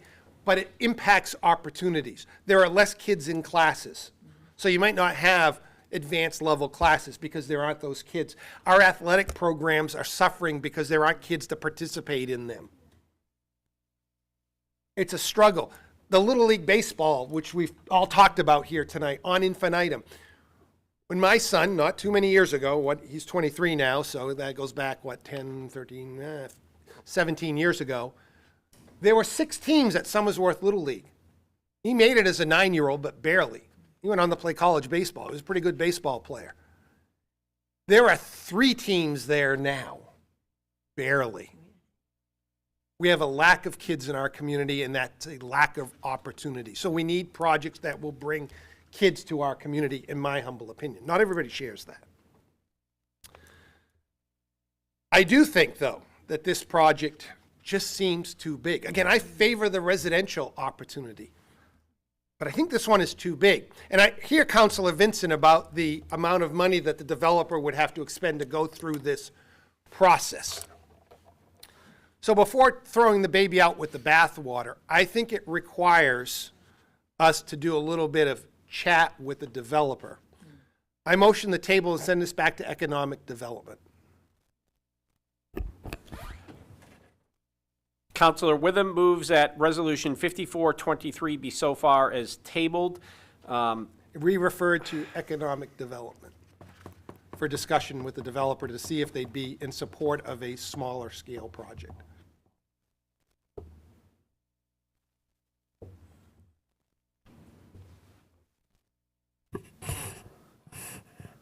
I'm working through my head your motion, because when you're tabled, you're not acting upon, but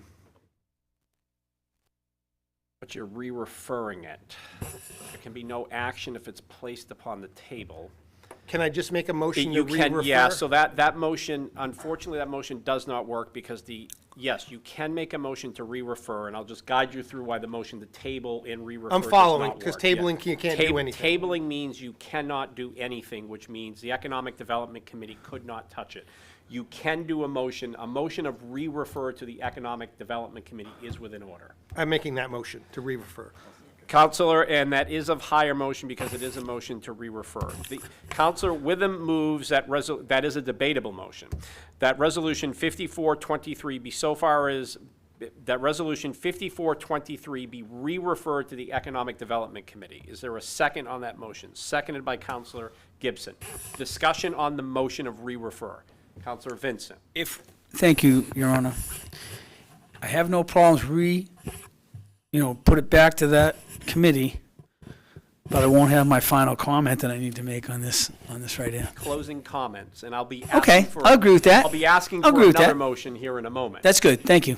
The question for the council is on a motion of re-referring resolution 5423 to the Economic Development Committee. Further discussion on the motion. Counselor Witham. Yeah, quite simply, the developer might say, you know, yes, we've done some homework already. At scale, a project of this size is what we need to make the math work. That'll clean up whether it can be smaller or not. Or they might be willing to work with us on something that's more amenable to the community and to this council. So, Question for the council is on the motion of re-referring Resolution 5423 to the Economic Development Committee. Further discussion on the motion? None being so, if you are in favor of the re-refer motion, you will state by saying yes. If you are opposed, you will state by saying no. Chair recognizes the clerk to call the roll. Counselor Peppin. Yes.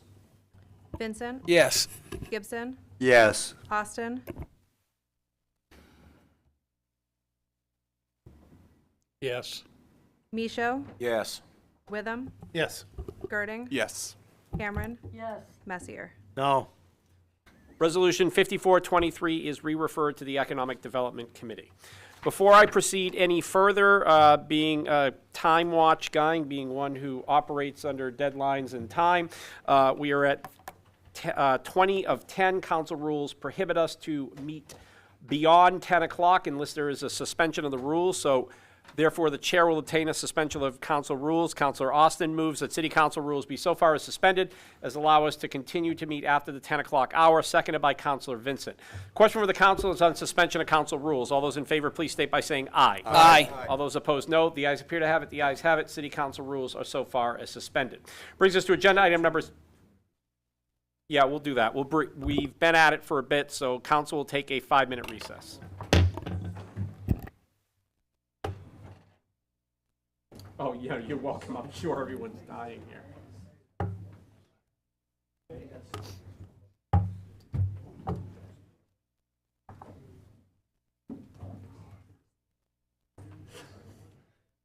I know, my knees.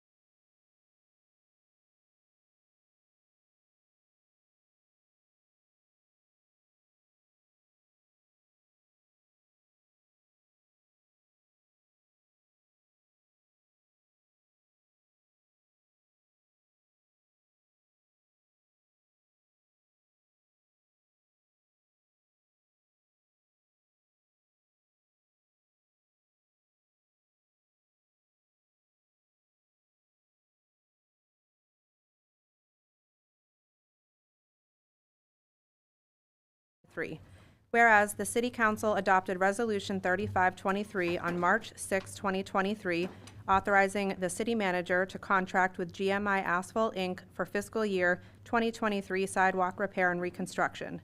And whereas the City Council authorized a total contract amount not to exceed $140,000, and whereas project conditions such as the amount of asphalt needed at certain transitions to keep the sidewalks ADA compatible and the amount of seed and loam used to finish disturbed areas caused the total contract to exceed $140,000 to a final project cost of $158,587. And whereas the Public Works and Environment Committee met with city staff and recommends amending the contract with GMI Asphalt, Inc. for the additional project cost. And whereas the Finance Committee met with city staff and recommends amending the contract with GMI Asphalt, Inc. for the additional project cost. Now therefore be it resolved by the City Council of the City of Somersworth that the city manager is authorized to amend the contract with GMI Asphalt, Inc. of Belmont, New Hampshire for fiscal year 2023 sidewalk repair and reconstruction to an amount not to exceed $158,587. Sponsored by Councilors David A. Witham, Dennis Messier, Donald Austin, Martin Pepin, Richard Michaud, Robert Gibson, Kenneth S. Vincent, approved city attorney.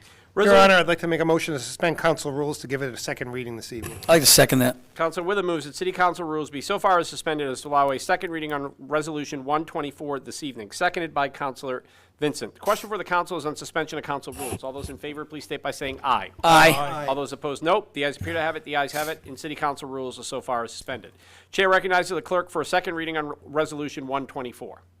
Resolution number 124, to authorize the city manager to amend the contract with GMI Asphalt, Inc. of Belmont, New Hampshire for fiscal year 2023 sidewalk repair and reconstruction project. Resolution 124, having been read first and second time, is open to further amendment.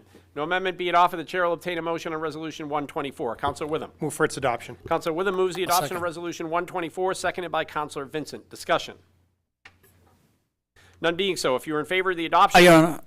Councilor Vincent. Thank you. I just want to say that I don't know if any of the other councilors know, but this project overran because of things that were unforeseen in this project, and I wasn't sure if the chairman was going to speak about it or not.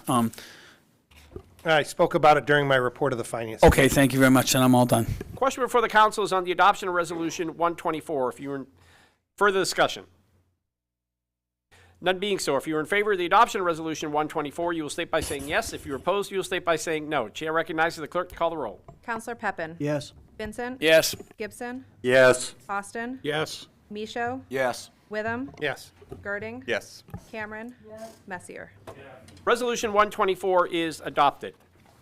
Chair recognizes the clerk for a first reading on Resolution 224. Resolution number 224, to authorize the city manager to execute the joint powers agreement of the Community Power Coalition of New Hampshire and to form an electric aggregation committee known as the Somersworth Community Power Committee. July 10th, 2023. Whereas the Community Power Coalition of New Hampshire was created as a separate entity in accordance with New Hampshire RSA 53-A in order to jointly support the implementation and operation of community power aggregations and related energy programs, and to offer membership on the same mutually advantageous terms to all municipalities and counties throughout the state of New Hampshire. And whereas the Community Power Coalition of New Hampshire has currently grown to approximately 33 member cities and towns throughout the state of New Hampshire. And whereas the city of Somersworth would like to join the Community Power Coalition of New Hampshire in order to provide the residents and businesses of the city the opportunity to access a competitive electric power supplier utilizing the benefits of community power aggregation. And whereas an electric aggregation committee named the Somersworth Community Power Committee is required to be created in order to implement a community power aggregation plan for the city of Somersworth.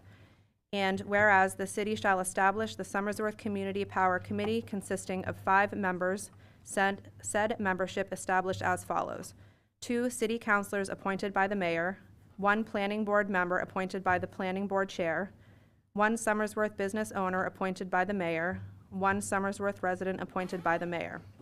Now therefore be it resolved by the City Council of the City of Somersworth that the city manager is authorized to execute the joint powers agreement of the Community Power Coalition of New Hampshire and to take any other actions necessary to become party to the Community Power Coalition of New Hampshire.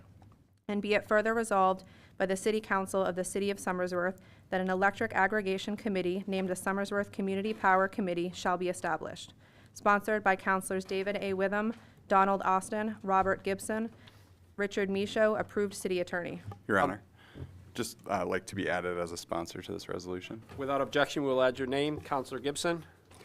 I'd like to move to suspend rules for a second reading on the resolution. Councilor Gibson moves that City Council rules be so far as suspended as to allow a second reading on Resolution 224 this evening. Is there a second? Seconded by Councilor Messier.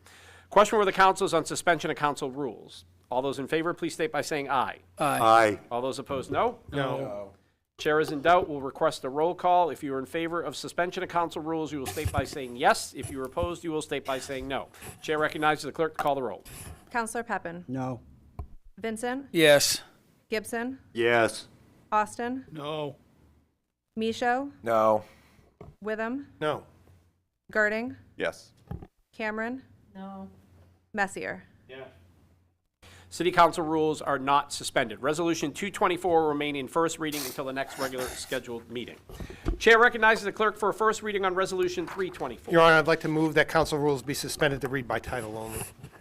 Councilor Witham moves that City Council rules be so far suspended as to allow Resolution 324 to be read by title. I'll second that. Title only, seconded by Councilor Vincent. The question for the council is on suspension of council rules. All those in favor, please state by saying aye. Aye. Aye. All those opposed, no? No. The ayes appear to have it. The ayes have it, and City Council rules are so far as suspended. Chair recognizes the clerk for a first reading on Resolution 324 by title only.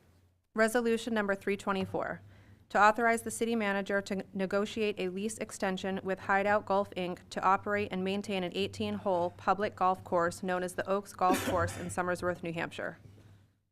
Resolution 324 will remain in first reading until the next regular scheduled meeting. We have two votes under other A vote to host a New Hampshire School Funding Fairness Project event. The vote will be to host the project. I will yield to, or recognize, Councilor Girding. Thank you, Your Honor. This came as a request from me. I was reached out to by the New Hampshire School Funding Fairness Project, which is a nonprofit operating out of Concord, New Hampshire, that tours the state discussing educational equity and the funding system for the state of New Hampshire and how it essentially inequitably funds public schools. They are looking to do larger communities that have some of the more dramatic inequalities within state funding. Ours is, I believe, like within the top 10, so they were hoping they could host an event with us. They did come to our community 5 years ago, something like that, and hosted an event. However, there's been a change in leadership, a change in staffing, and they've essentially tweaked their presentation to include more information about the current state budget and the changes that have been implemented in the recently adopted budget. So hopefully it is more up to date with modern information and is more directly related to how we might see education funding change over the next year or so. With all that said, we as a council have spoken extensively about how inequitable state funding is for our public schools here in the community. And I felt like it would be important for us to sponsor this event and say that we are willing to host it and kind of partner with them in this nonprofit to make this event happen. It also just gets the word out there a little bit more, and hopefully we can get more people to attend and learn a little bit about what the state kind of does in terms of education funding. That's all. Question for the council is a vote to host a New Hampshire School Funding Fairness Project event. Further discussion. Councilor Vincent. Is there a cost to it?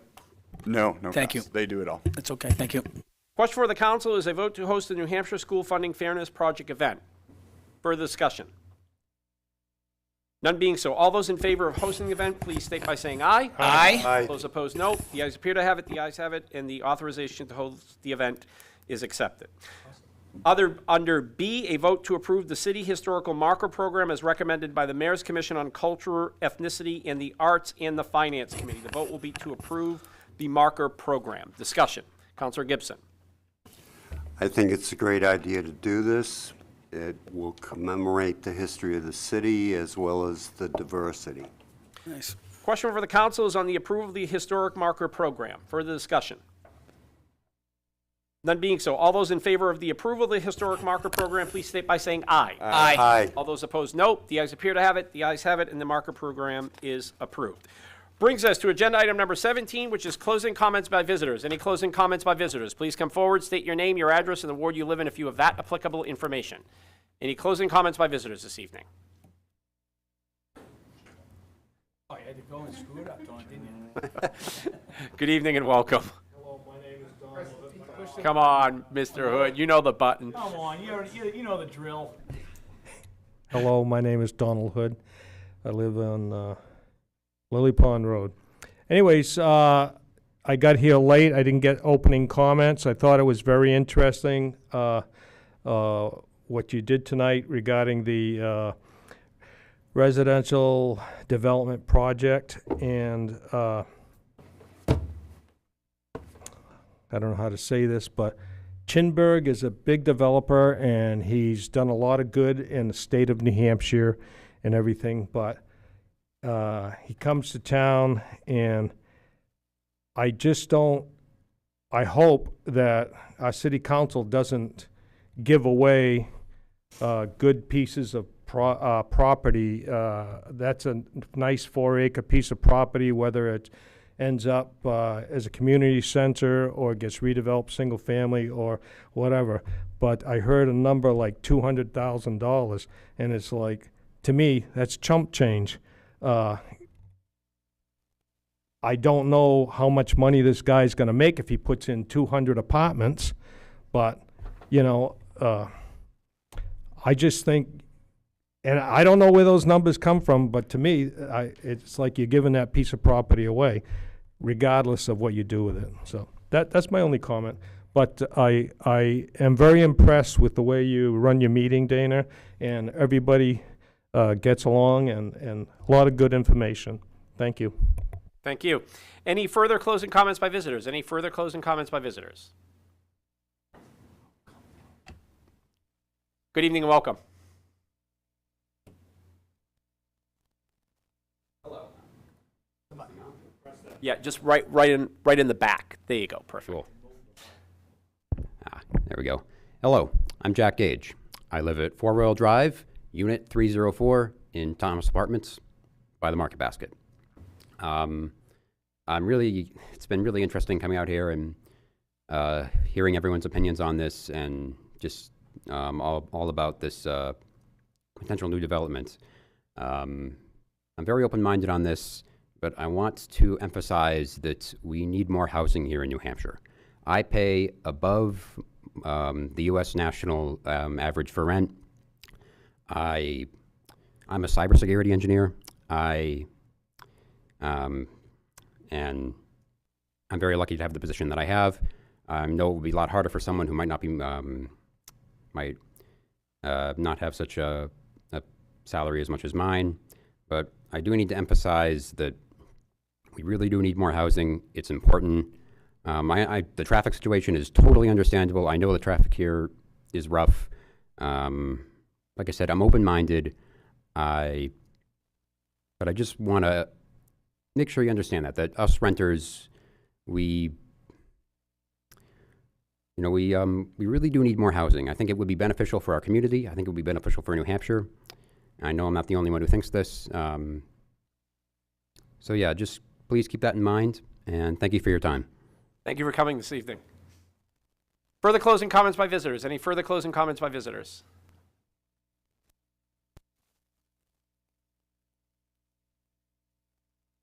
Paul Goodwin, Chinberg Properties. Just wanted to thank the council for your thoughtful discussion and consideration, and we look forward to continuing the conversation with economic development.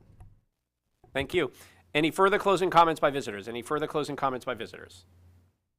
None being so, that will bring us to agenda item number 18, which is closing comments by council members. And we'll start with Ward 1 Councilor Pepin. Try to make it quick.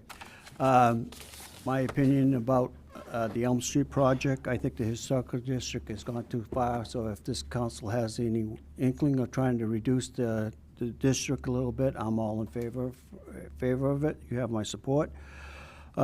Second thing is that hopefully the fire station is going to be, the firefighters are going to be moving into the second phase, hopefully start occupying the new part of the structure.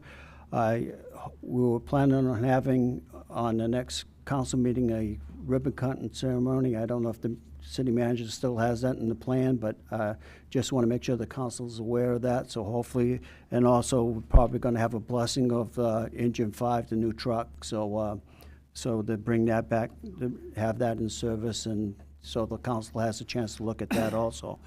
And also, I just want to make it out to the public that there will be a open house at the fire station, the new fire station, in the week of October on Fire Prevention Week. The date hasn't been set, but we look forward to everybody coming in and looking at the facility. So that's all I have. Thank you. Thank you, Counselor. Ward 2, Counselor Vincent. I'll be quick. The Elm Street project, or the Elm Street property, they should tear that hotel down and on half of the property put up a 3-story parking garage and then put another building in front of it on Washington Street so it blocks it. Maybe that'll be phase 2. I just wanted to say one more comment about the Armory, that, yeah, we don't know what the property's actually worth, and I don't know what it would take to go out and find out what it's worth, but that would be nice, and that we wouldn't be being due diligence as counselors if we didn't know what that property was worth and going out just being blind and taking whatever we want. Thank you. Thank you, Counselor. Ward 3, Counselor Gibson. No comment. Thank you, Counselor. Ward 4, Counselor Austin. Thank you, Your Honor. I think the action taken by the Historic District Commission with regard to the Elm Street property needs to be taken a look at. I think that I understand the explanations given by counselors this evening on why that action was taken. I'm not convinced that they have the best interests of Somersworth in mind when they come to that decision.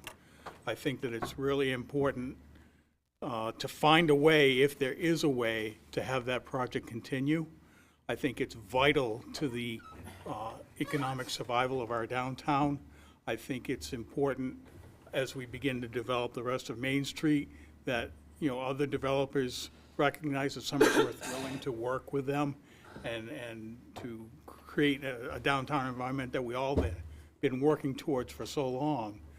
And to just have the HDC make a decision that in effect knocks that completely offline, and we may never know what we could have realized for economic development in the city, I think deserves a second look. If there's a way for us to take a look, I don't know if we can look at the decision itself. I think we need to look at the operation of the HDC and see if it makes sense. Thank you. Ward 5, Counselor Michoud. Yeah, thank you, Your Honor. Everything that Counselor Austin said, I agree with him. I rewatched that meeting of the HDC today. I watched it when it first was on. Needless to say, I was pretty mad like a wet hen, as you might say. But today, I rewatched it, calmed down, and I actually come back with a new perspective.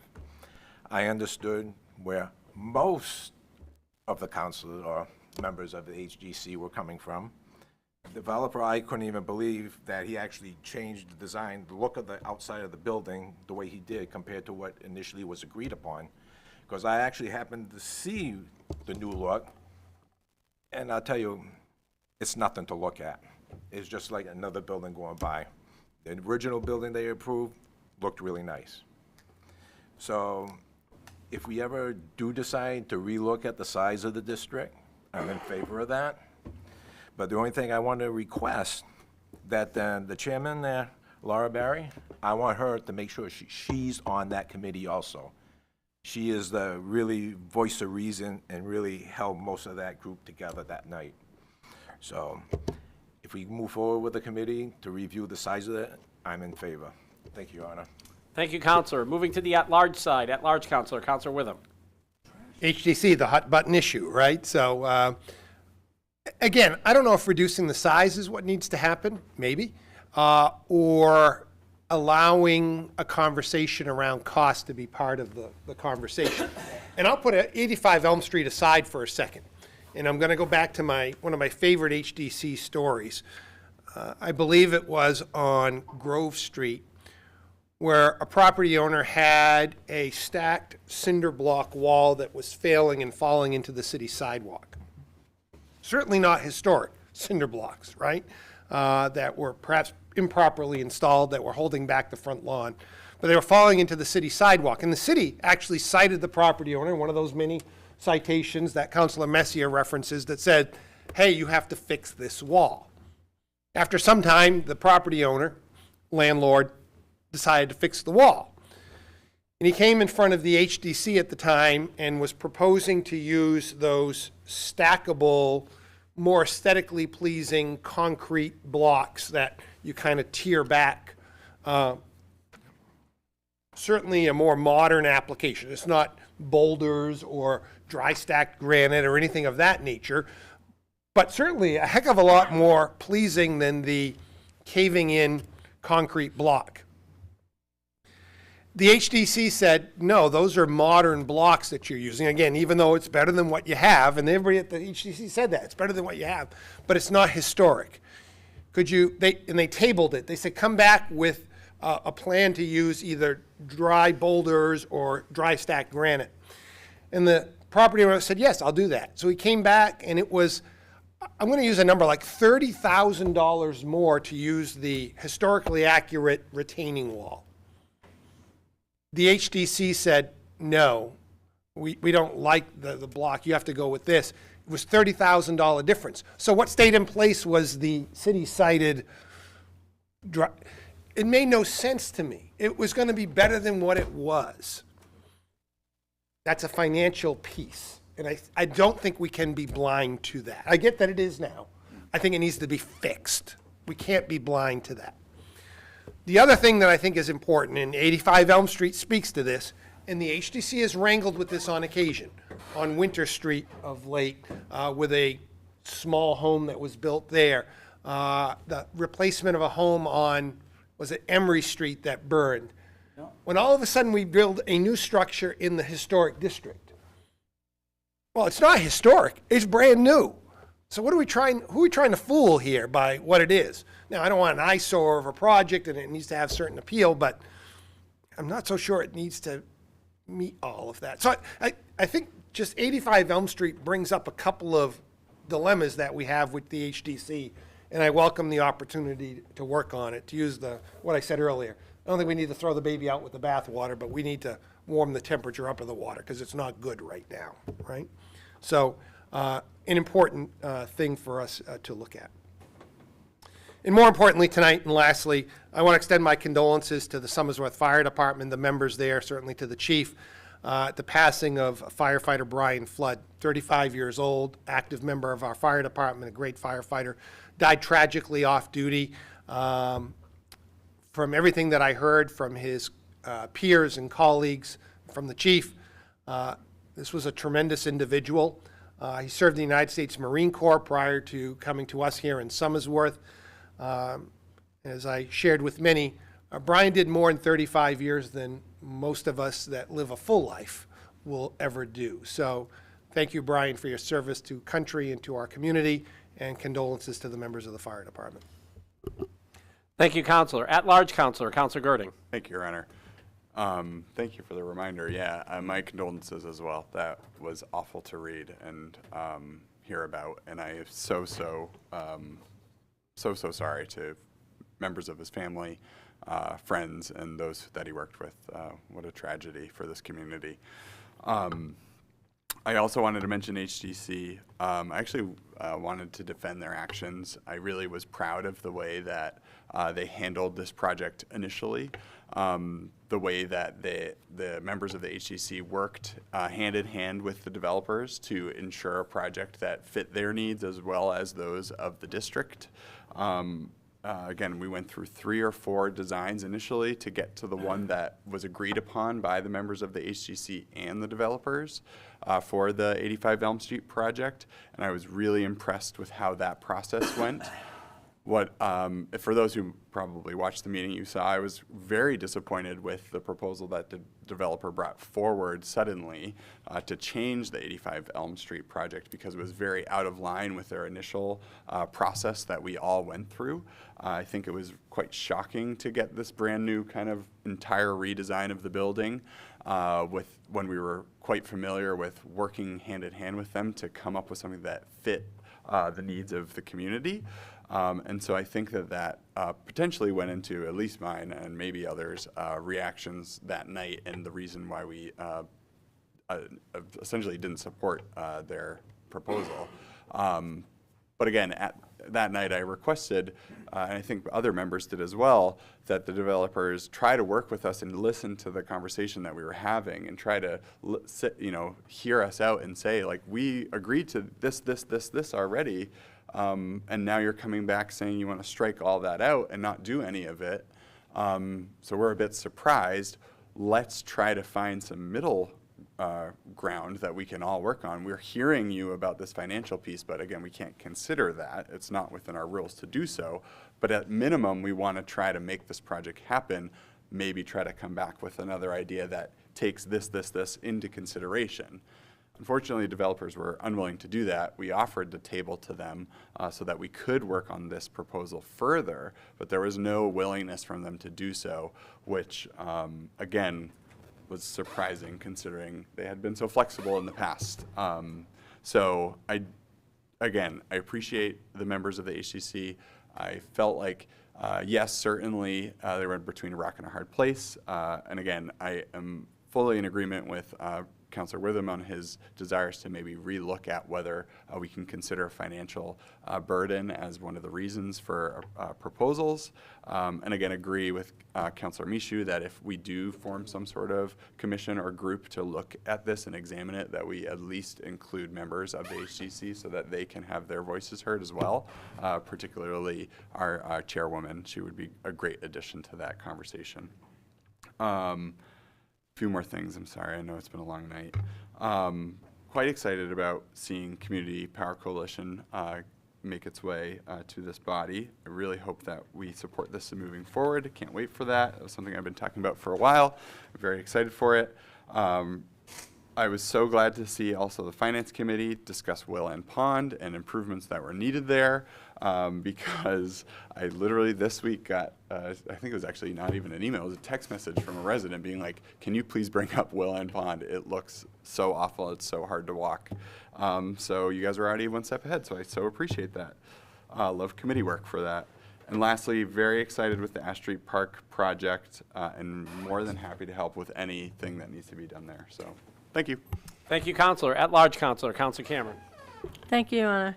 I'm very happy about the Ash Street Butterfly Park, because now we have a timeline and we have some frames on when things will be done. So that is very exciting, and thank you to Home Depot for their grant. I also get a lot of comments about Willand Park because I'm out there, and Fenway has friends out there now, so they know me. And I appreciate the Finance Committee and Director of Public Works for reacting for when I send pictures of what's going on out there, and you know, if somebody could get hurt with the planks being up. So thank you so much for that. I was very excited when one of my friends had walked out there and said, hey, did you see this? Have you been out there yet? They fixed a couple of the boards. So thank you very much for that. And that's all I have tonight. Thank you. Thank you, Councillor. At-large Councillor, Councillor Messier. Thank you, Your Honor. 85 Elm Street, so I don't sound like a hypocrite. I've never supported the Armory project, so take that as truth. 85 Elm Street, though, in the Historical District Commission, I do not believe they had the city's interest at heart, because the developer most likely is going to walk, because if I was a developer, that's what I would do. I'd say enough is enough. We've lost tax revenue. We have lost the tearing down of Profile Garage and the building behind it, the building on Elm Street, and the hotel, because the same developer purchased or was going to purchase the hotel property. So all that is gone. Also, what's gone is Chapel Street was gonna be totally repaired. So that's not gonna happen. And it didn't fit the community, and it was my understanding because of a brick facade. Tell me where in that part of town, over there, where there's brick facade, other than Chandler School, the former Greek church, St. Martin. So don't tell me that it's because of a brick facade, hence the word facade. It was just a facade. Anything is better to help the impetus of getting that part of the community fixed up. But no, if the historical district commission wants to be, just keep them up on the hill. That's why I'm in favor of, I don't know how that got on historical district. I mean, because you cannot tell me that that section of Green Street and Franklin Street, that intersection, has any historical value. I mean, I have some choice words but I'm not going to use them tonight. I'll use them up. So I think they erred greatly. I think that district needs to be shrunk. And Mr. Austin, even if I'm a person, if we can get rid of the historical district, I don't care. And the commission too, bye. Because they have not done this community any favors by making that developer walk. That developer, like Mr. Chimberg, could have done some wonderful things for the downtown. But that's all gone. That's all gone. Because of 5 people. 2 had common sense, 5 didn't. That's enough of that. It just frustrates me. It's just, I can't believe it. The walking trails, like Woolen Pond, and possibly doing another one at Malley Farm. I would hope that we think long and hard about adding to walking trails. If we do, you need to understand, or somebody in the administration, that it comes with a responsibility that we need to maintain that. Those bridges, and don't tell me, well, we don't have the money. What do you mean you don't have the money? Primex or whoever would be appalled if they seen that. We need to find the money. First of all, if they did it with the planking that I see, it should have been 2x6, not PEX, but I didn't have any say in that. So we have a responsibility with walking trails. And I completed the housing questionnaire today. They should be interesting when they get that. And the solar field, I guess, is going to happen because I was downstairs today and there were 2 checks paying for their permit. So, there are some brighter things happening in town. And concerning the Armory project, maybe we need to hire Ms. Kretschmar to try to market the property. So, even try that with me. You owe me. Thank you. I hope August is the next meeting, right? It is. Maybe it should be January instead. No, January, I probably won't be here. Thank you. Thank you, Counselor. Counselor Mishu moves that the City Council stand in adjournment. Hey, Tiger, can you sit down? Seconded by Counselor Vincent. Question for the council is on adjournment. All those in favor, please state by saying aye. Aye. All those opposed, no. The ayes appear to have it. The ayes have it, and City Council stands adjourned.